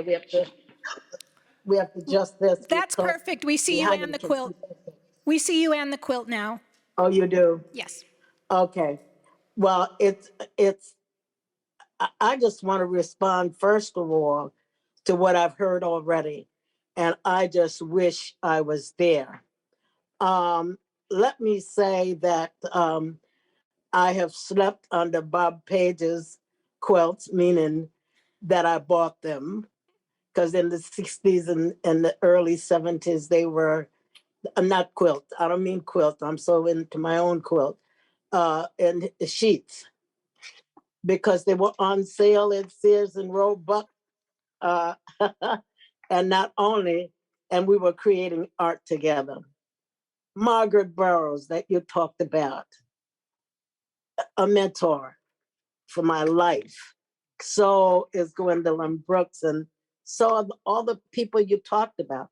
Let me say, Romi's mother and father I knew like Bob before Romi was born.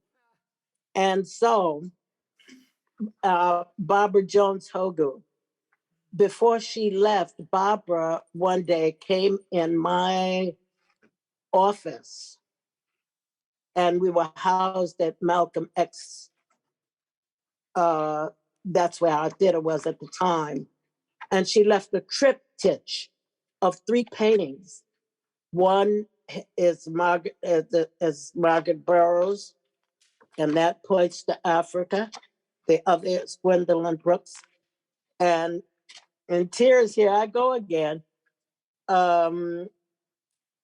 One of Belgrade Ward and Kuumba Theater. As you know, or may not know, I just made 90 years. And hopefully at the end of this, thank you. Haki wrote a poem, which is a monument, and its memory, and it's all of you, and it's all of those things. I've been very, very ill this morning. And as you know, I'm lying flat on my back, but I would hope that we would be able to play some of my CD, Langston Hughes, from Langston Hughes, 101. And one was, I was a solo artist at Yale University for his 100th birthday. And for his 101st birthday, I put out a CD. And like others who advertised, I guess it was nominated for a Grammy, but that wasn't important. But what Langston had to say was important, and to make it come to life. And so I would like to share from that CD.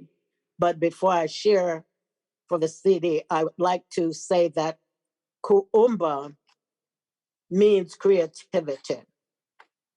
And in Swahili, and it's throughout African languages, Kuumba's motto is clean up, create, and build.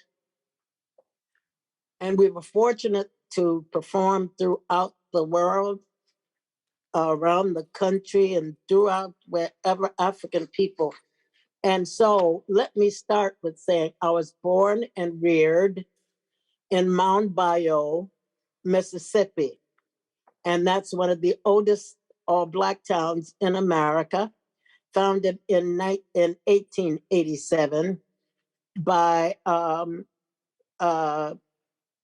Davis and I'm almost in tears on Isaac T. Montgomery. So I was reared with knowing you were a Black person, and I really didn't know anything about white people until I came to Chicago. But let me go back, because the first person that I heard spoke this morning was a young man from Brazil, and Adias Nascimento, whom I'm sure that he must have known because he was an artist, a poet, painter, and novelist. One of my best friends. We also visited the source of the Nile River in Jinja, Uganda.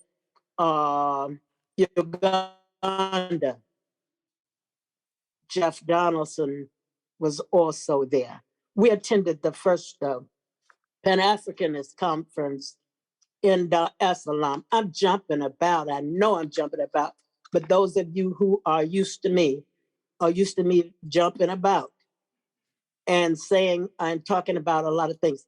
But one of the things that I want to say is that we help people the earth as African people.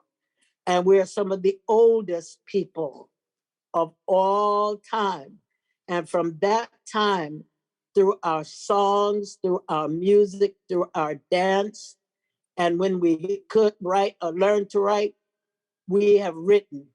And so I would like to make some of the use of that art that we created, that Kuumba created, to come to life for you. And one is Black art must be, and we have 12 principles of art.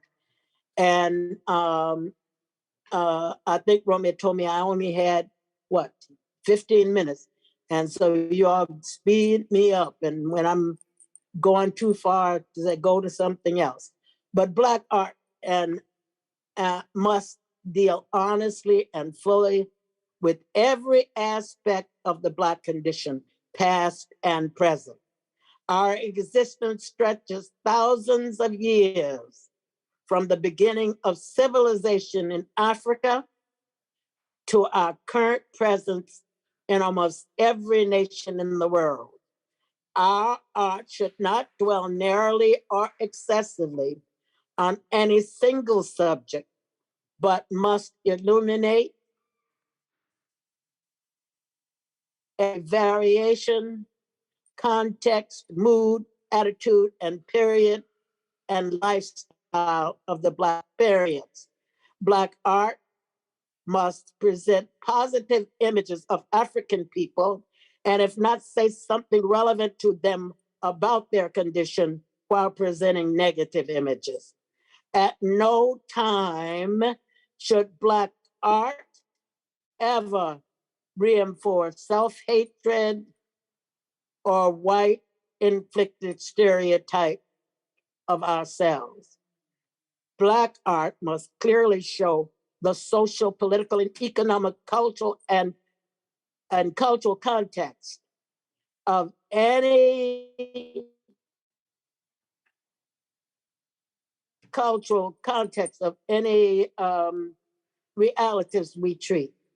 And if not, say something. I'm trying to keep it from coughing, and I think I'm going to. Our art must also tell why it exists, its effects, and other necessary alternatives.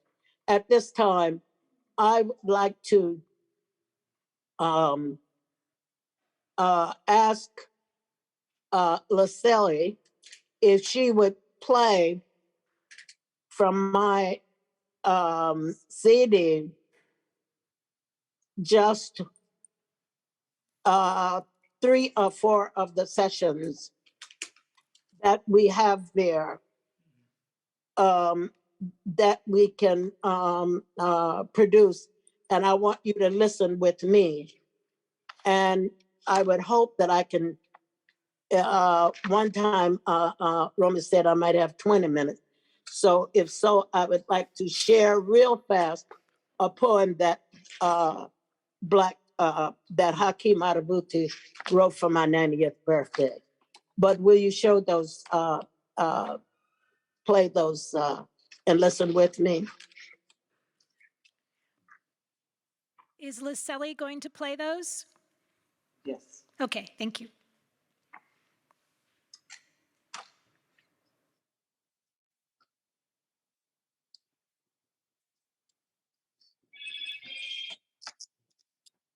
Aunt Sue's stories. Aunt Sue has a head full of stories. Aunt Sue has a whole heart full of stories.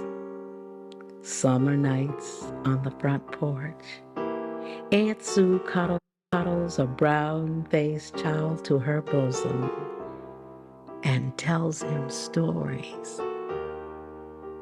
Black slaves working in the hot sun, and black slaves walking in the dewy night, and black slaves singing sorrow songs on the banks of a mighty river, mingle themselves softly in the flow of old Aunt Sue's voice, mingle themselves softly in the dark shadows that cross and recross Aunt Sue's stories. And the dark-faced child listening knows that Aunt Sue's stories are real stories. He knows that Aunt Sue never got her stories out of any book at all. That's enough. But that they came right out of her own life. And the dark-faced child is quiet of a summer night, listening to Aunt Sue's stories. Wow, amazing.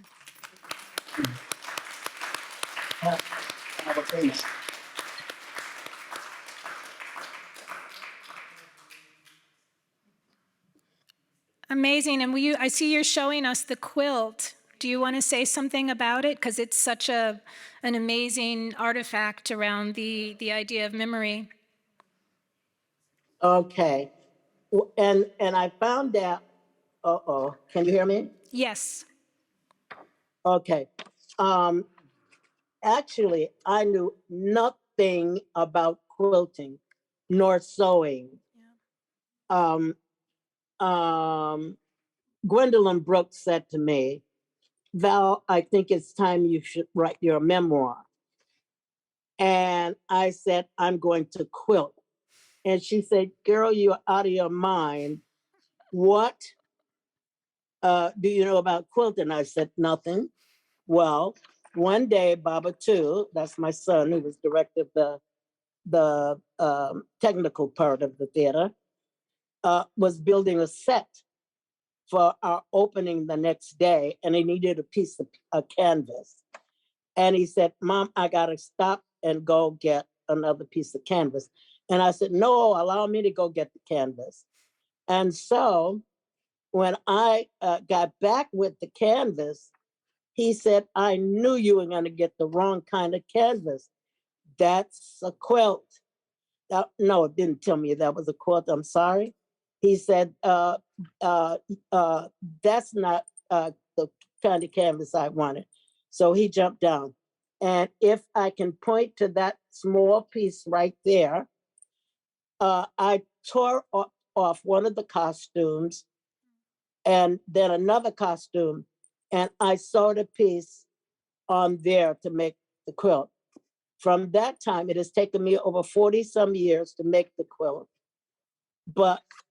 And if someone would tell me tonight, Val, you take all of those pieces and you put them together, and the names and the times and the history and the so forth, I would not know how to do this again.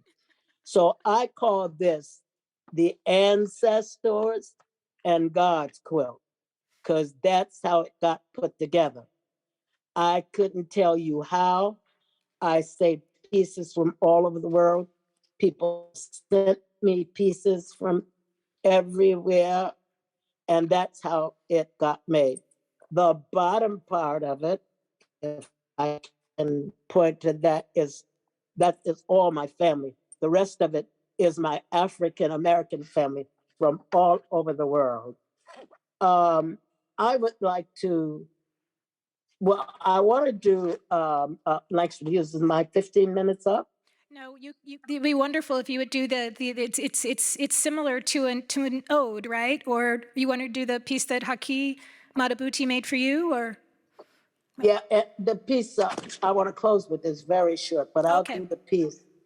But I don't, well, let's just say that Haki wrote this for my 90th birthday. And it's called Black Earth Mover. Okay, we lost you. Enter the theater of right and bright voices. Can you hear me? We lost you for the title. It's called Black Earth. What? No. Mover, M-O-V-E-R, Mover. Thank you. Can you hear me? Yes. For Val Gray Ward. Enter the earth of right and bright voices. Can you hear me? Yes. Enter the waterfalls of fresh, unpolluted, saving water. Enter the valley where few are able to sing. Enter the world archives of deep and solid memories. Enter the geography of a life enlightened by Black, as in Africa, struggle, kuumba, and first thoughts. This is our Val Gray Ward, Gwendolyn Brooks' dear sister, Chicago's on point fire voice, best words, ironwood dancer, actor, truth teller, and I'm coming with or without an invitation. If you don't know who she is, talk to Haki Madhubuti. He will tell you around the corner and share the wisdom of one of our special, once in a century, Black Earth movers.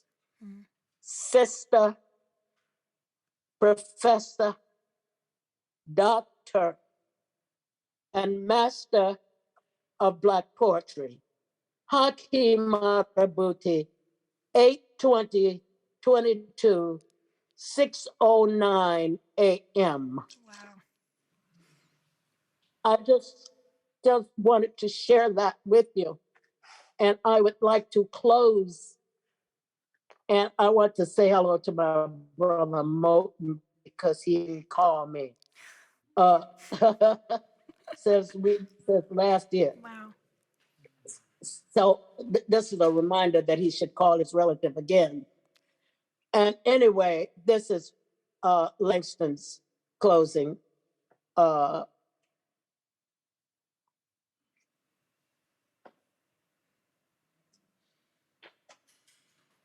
Lucille, would you? Oh, I don't know if she's still there. Well, anyway, if she's not there, I will close with the way Kuumba opens.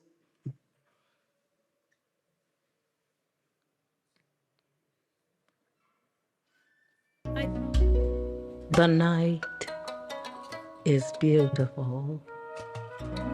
So the faces of my people. The stars are beautiful. So the eyes of my people.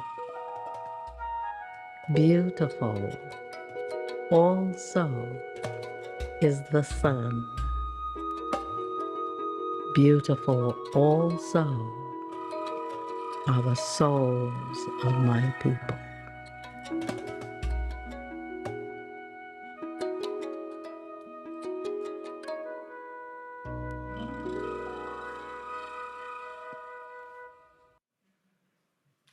Thank you, Romy, and thank you for the content. I just wish I was there. Thank you, Professor Ward, and happy belated birthday. I'm glad to see you doing so well. And yeah, just really your entire practice and so many aspects of it have been about the ode, the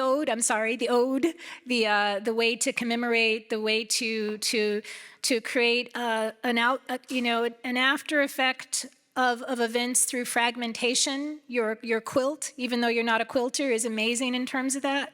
And I'm thinking about how the fragmentary is in so many of our practices around this, whether it's the wall or Faheem's new work. And so I think it's another one of those ways to see through the object, to make the object a little bit less steady, a little bit less hardened and superior, and to reduce its physical values. And so this is such a magical work to me, and I love that it has, which has come up this afternoon, your history and that of your peer artists loaded in it. Your experience at FESTAC 77, your experience with so many different poets and writers. I know their names are inscribed on this, even though we can't see that. And that's been happening here as well. Yes. Just commemorating each other, acknowledging each other. Everybody they talked about today is in that quilt. Yeah. Thank you. Thank you. All right.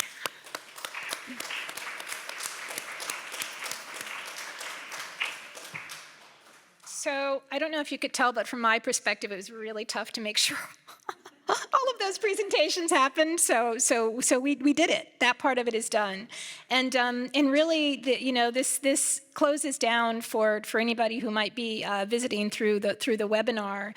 And then the last part of it is meant to be just sort of a coda, if you will, for those of us that are in the room together. I've been trying to, rather than have a list at the end of some of the cues, I've been trying to mark some of those out as we go, and so I hope that I've tracked on some of them with you.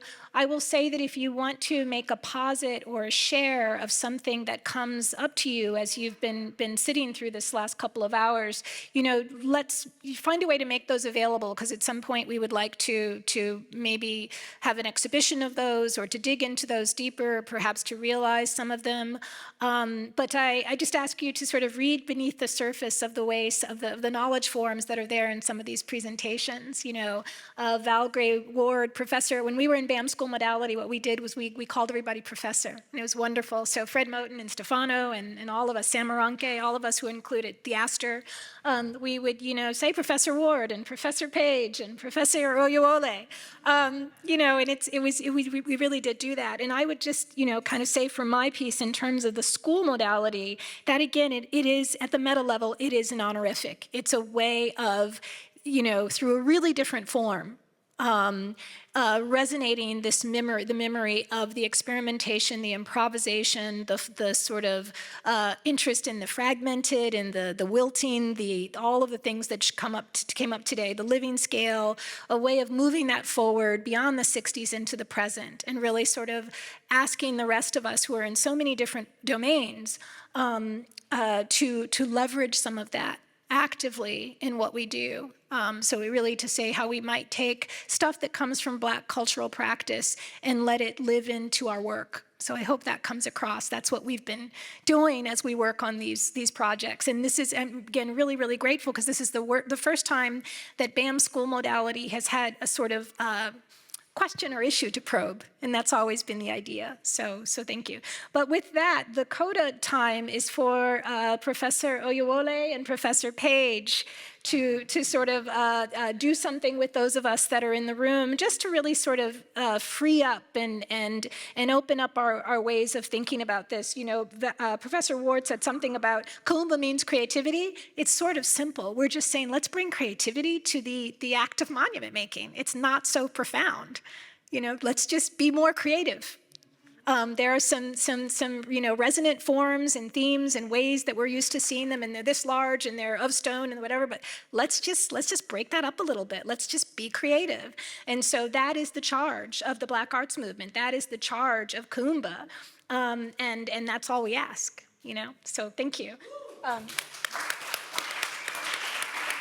it's on YouTube. So what do you want to do? You two have the time with the class, with the room here. So.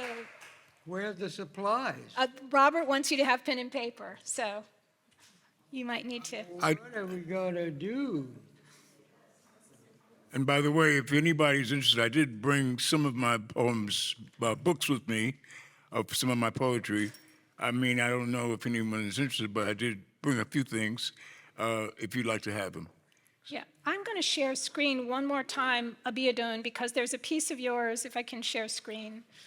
And I'd also like to say this, too, before we go into it. For those of you who are familiar with The Last Poets, I just want to thank you for being supportive. For 54 years, we've been around. And it's been a long journey, but I've always had a great success coming to Europe. I mean, the last time I was here in Munich, I realized that Munich was spelled M-U-N-C-H-E-N. And so I went up on stage and I said, I'm happy to be in München. And the folks said, München, München. And they went off on me. And I said, okay, I messed it up. I said, but how in the world did y'all get Munich out of München? It's the English did that shit. So they claim that the English changed your name. I'm glad to know this is München, and I'm happy to be here. Thank you very much.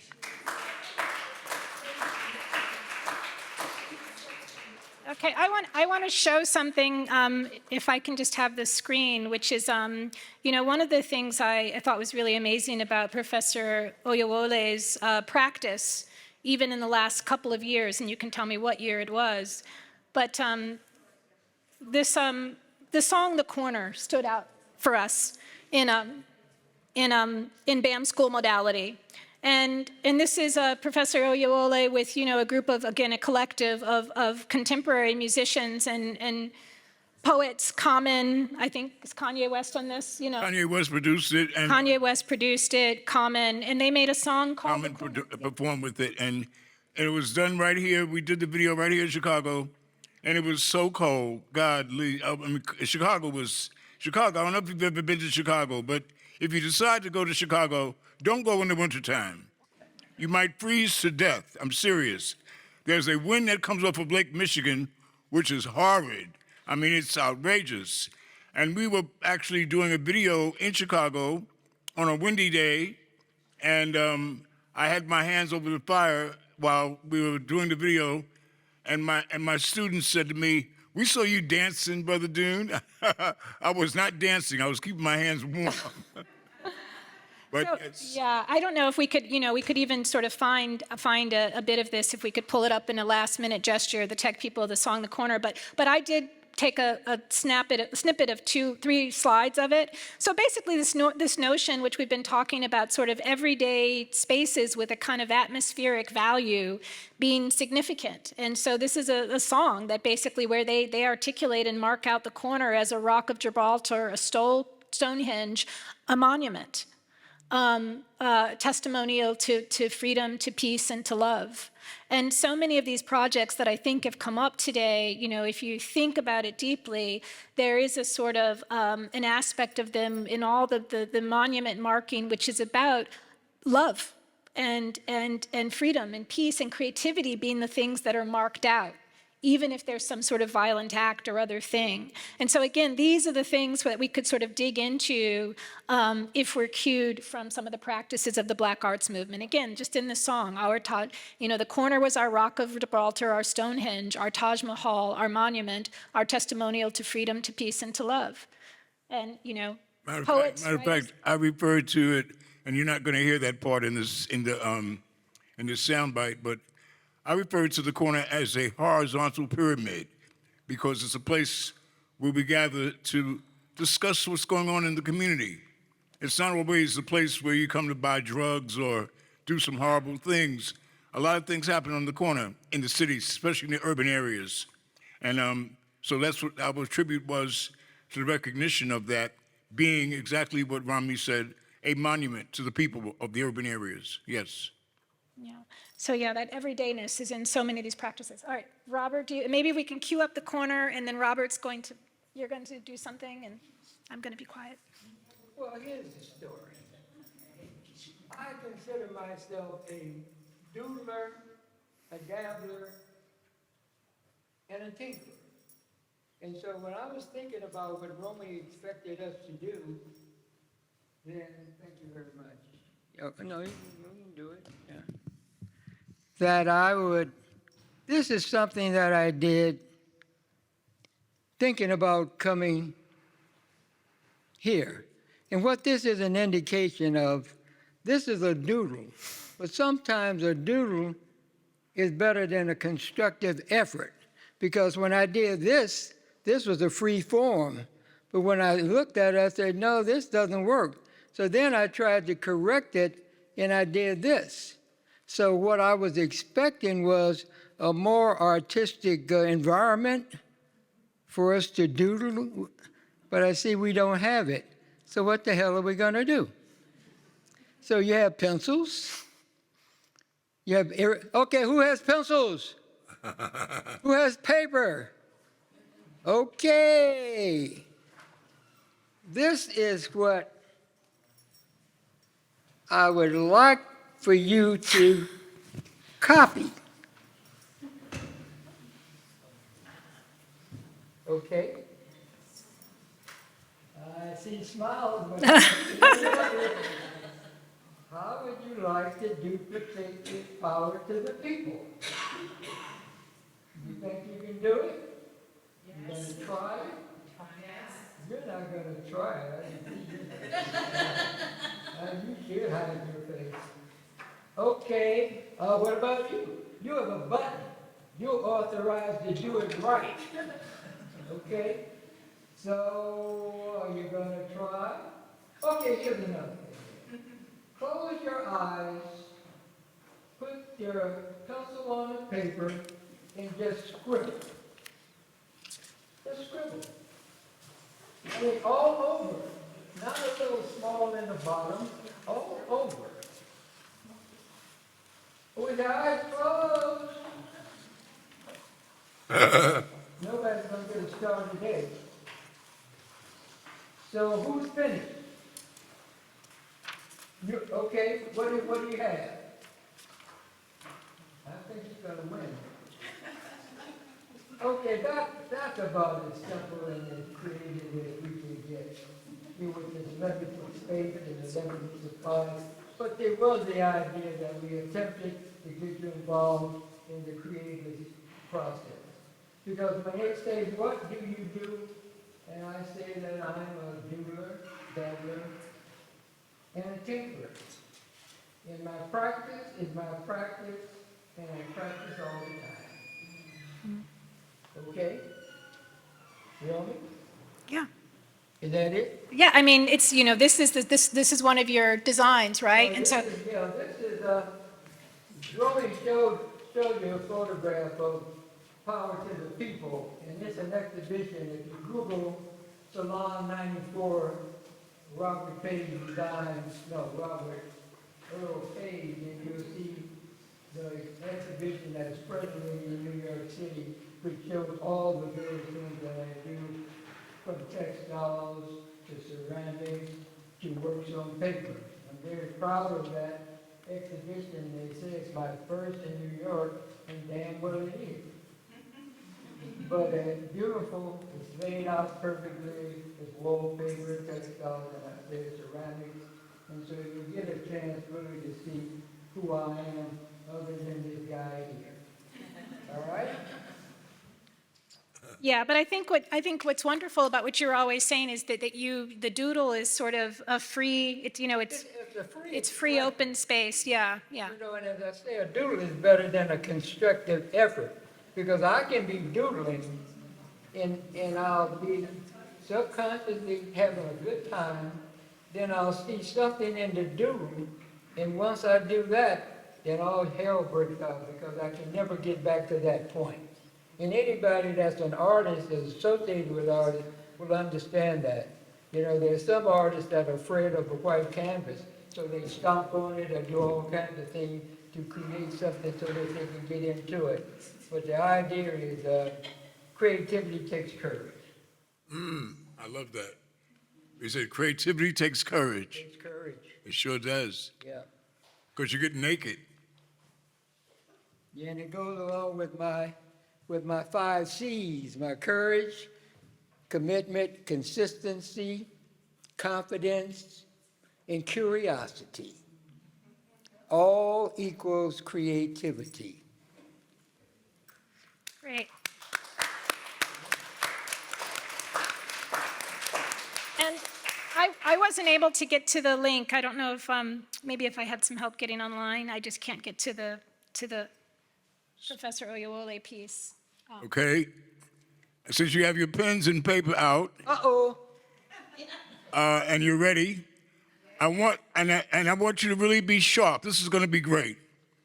I mean, it's so wonderful to be around a bunch of creative people because things just flow into my head like crazy. I want you to write down the name of a person, whether they're famous or not famous. It could be a relative, someone you would consider a monument, and next to their name, I want you to say, they are like, and name that particular something in nature that you can compare to that person. Ooh. Is that a challenge or what? A person in your family or famous, somebody that you really think is special, compare them to something in nature, and you have a line of a monster poem. I guarantee it. When you have finished, raise your hand.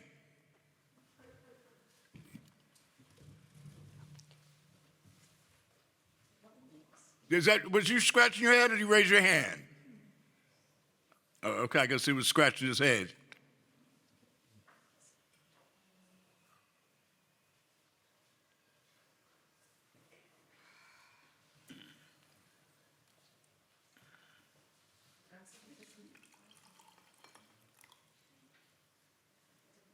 Time's up.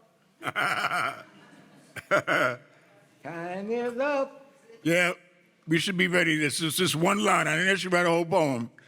Okay? What do you have? Young lady over here who is very excited about the musician, and I saw your excitement. I was excited by looking at you enjoying. Now she's gonna play the corner. Come on. That's not cool.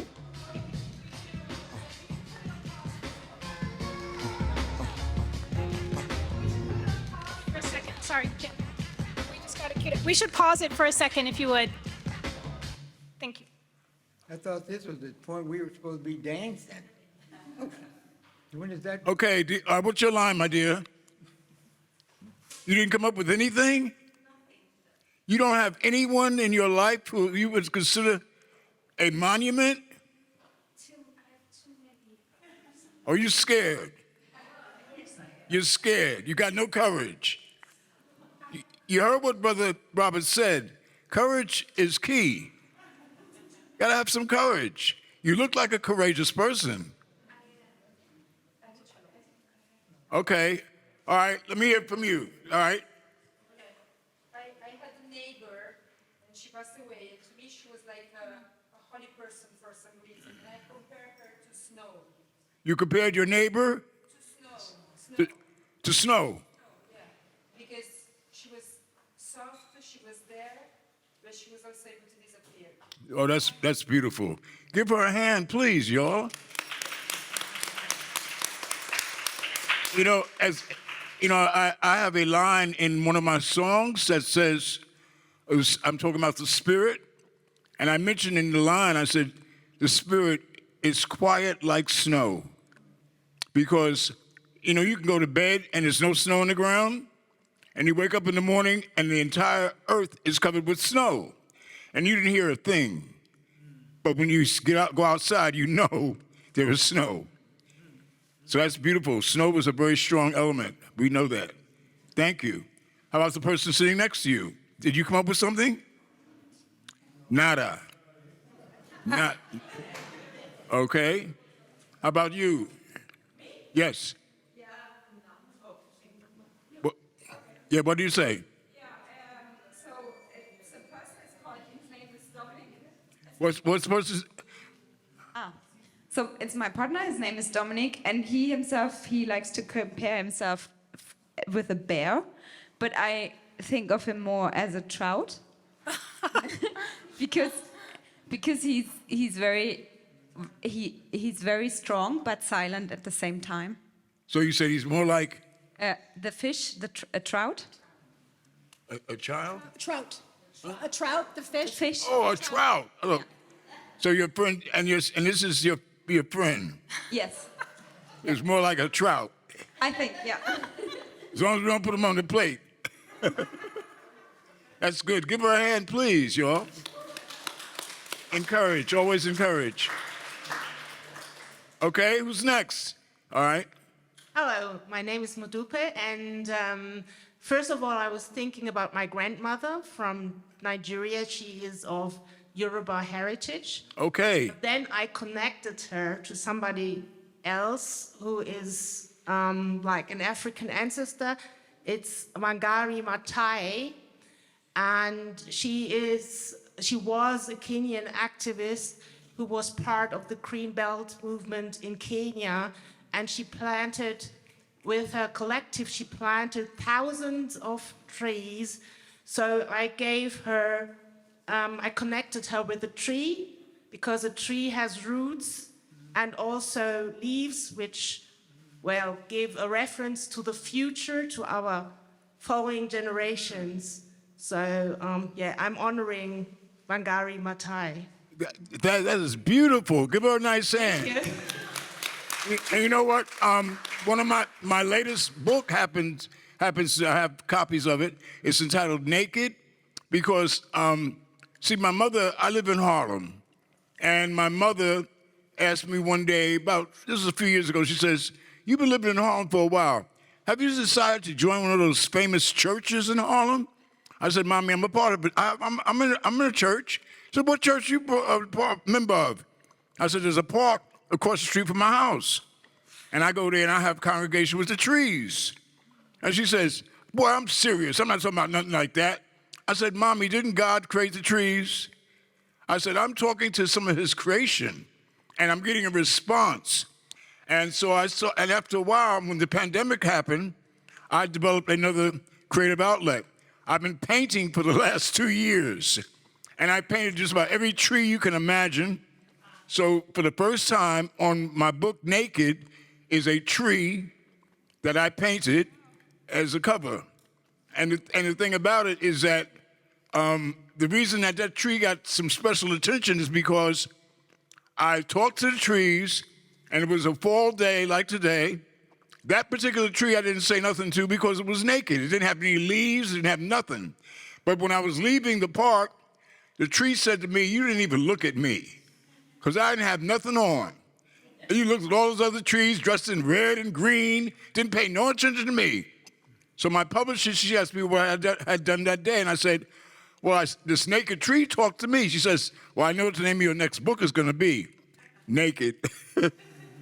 And my mother just called me last week, and she says, "Oh, I love the book Naked. It is so good." And I thought that line, naked, might be a little bit too provocative for her because she's a church person, and naked sounds kind of like, naked, But thank you so much. That's beautiful. I love that. You compared us to a tree.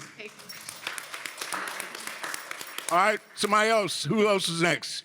I just want to say Ashe, Adupe in Yoruba language for your contributions. And you know what? And you know my name is Abiodun, so you know I'm Yoruba. Yes, yes. Adupoyo. Who's next? Is that all we have? Everybody here, and you guys didn't participate? Okay. And we are collecting those. All right. This person's ready back there. Hello. Hello. So I wrote my line about Alexander. That's my son. He's 6 years old. Okay. And I said, Alexander is like an autumn breeze. Autumn as in fall, British English.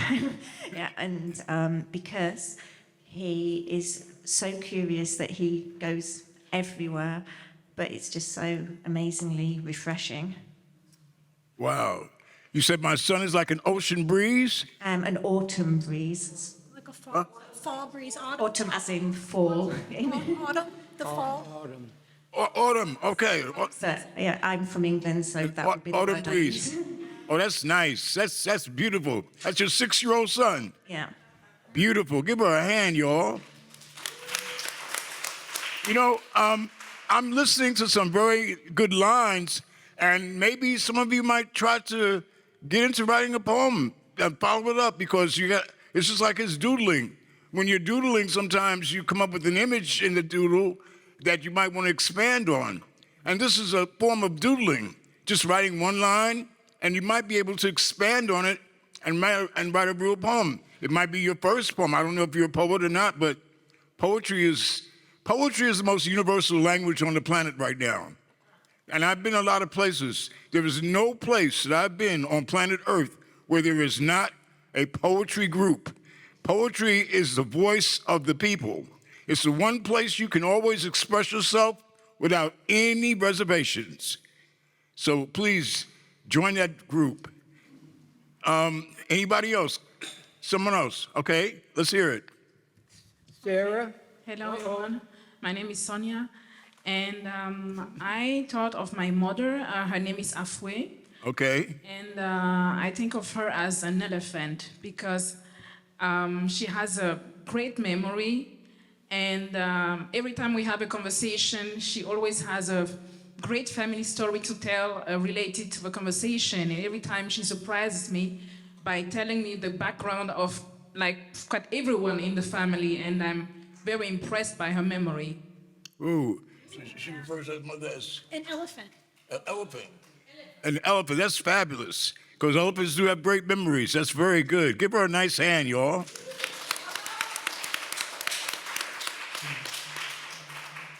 See, some people might take that wrong and say, I compare my mother to an elephant. They say, oh, she's real big.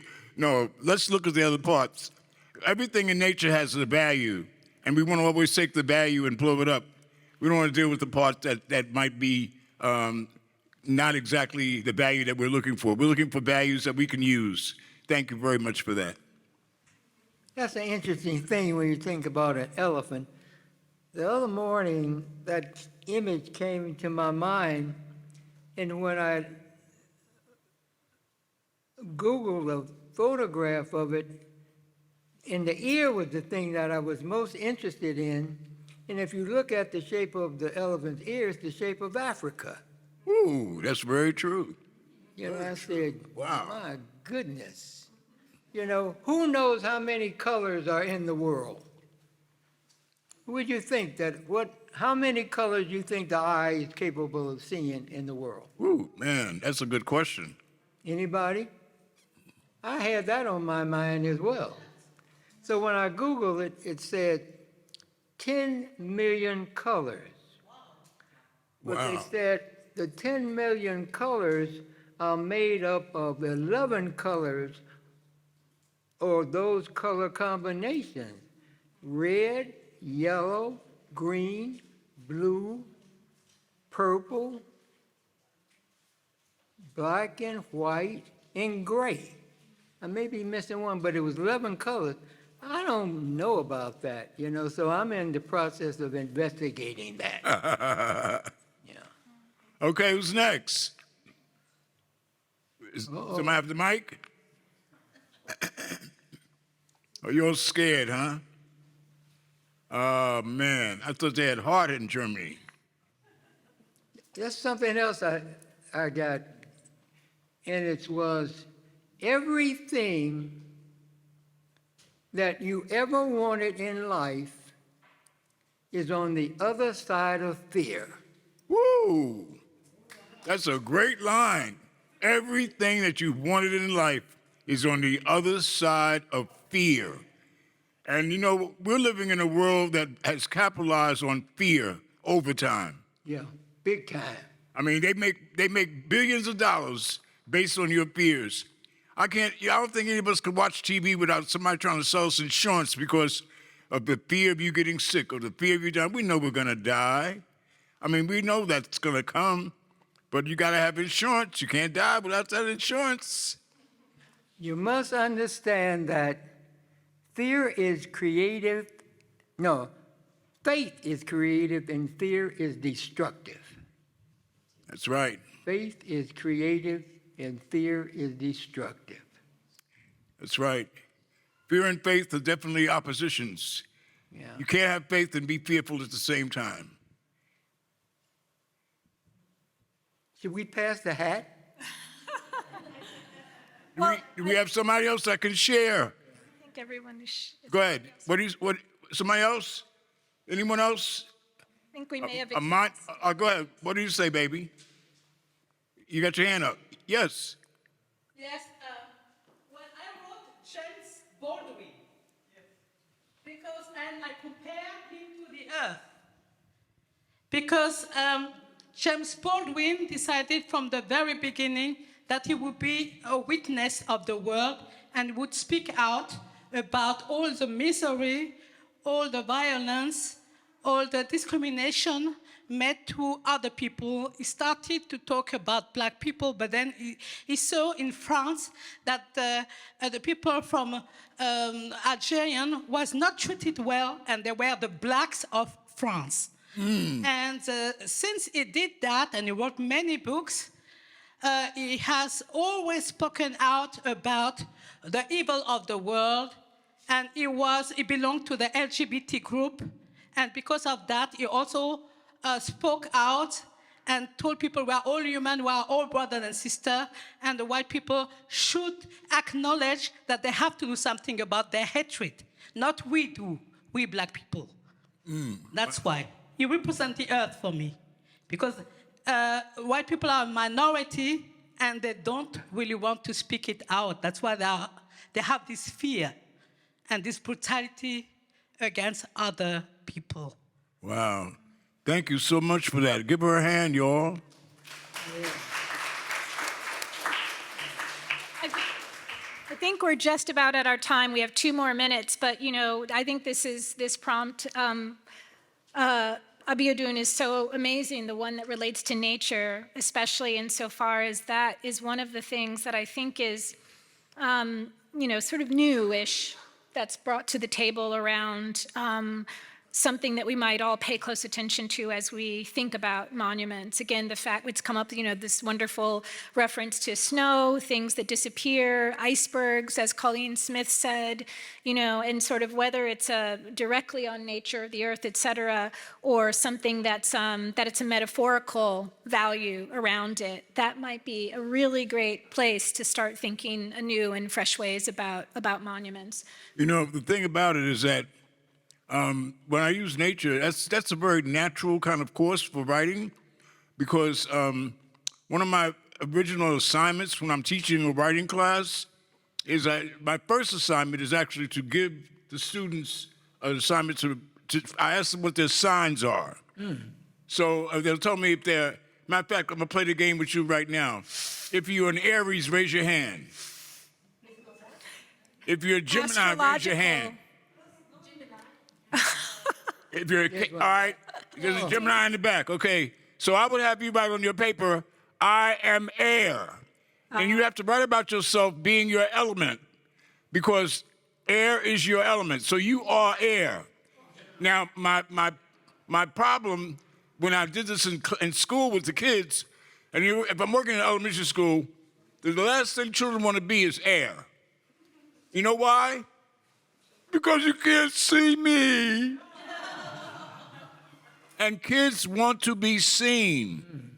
And we've got a lot of big kids, 74-year-old kids, who want to be seen.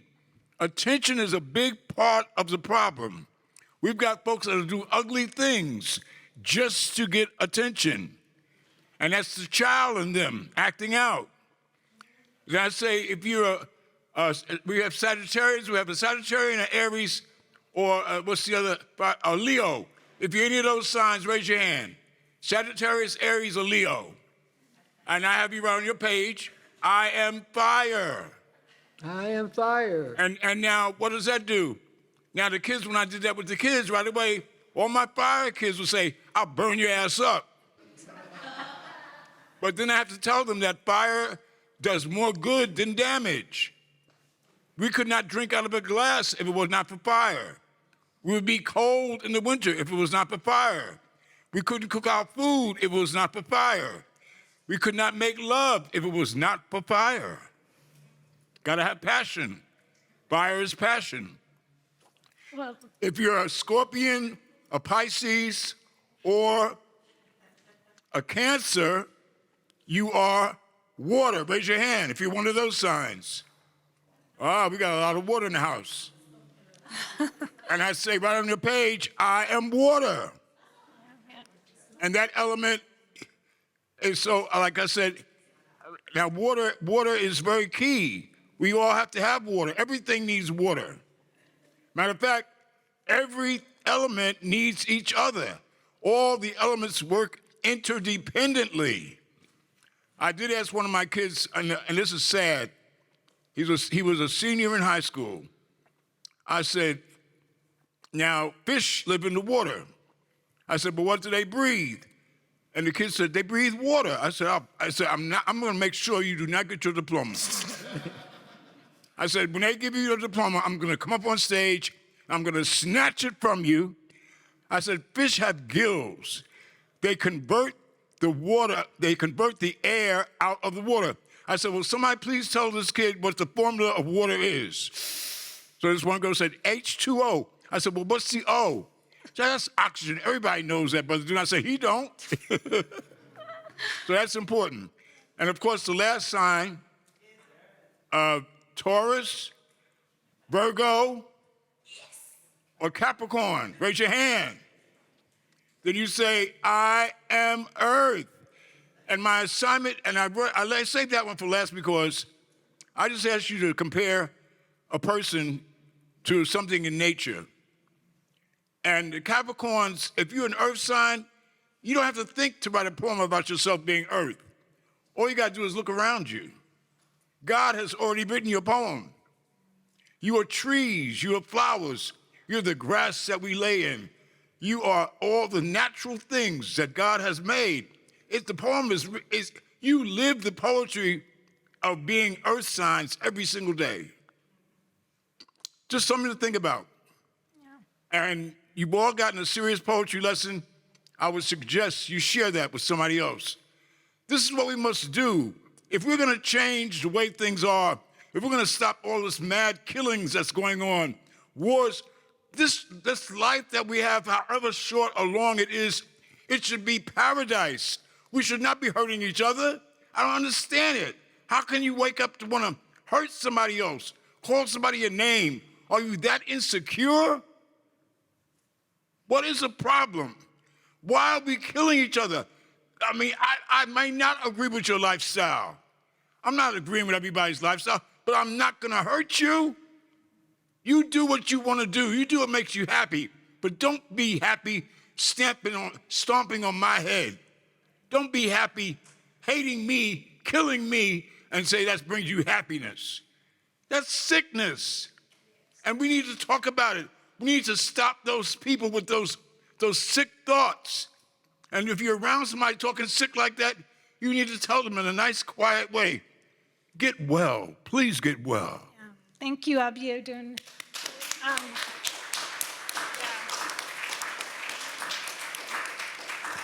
Yeah, you get it. I mean, I think Abiodun said earlier, that just wanting to be seen. If we let go of the monument form being something that has to be about seeing, and we let these kind of spirit flows, energy flows, nature, atmospheres, all of that sort of play into its articulation, I think we'll be heading in a very different direction. So thank you for hanging out so long. I know it's late.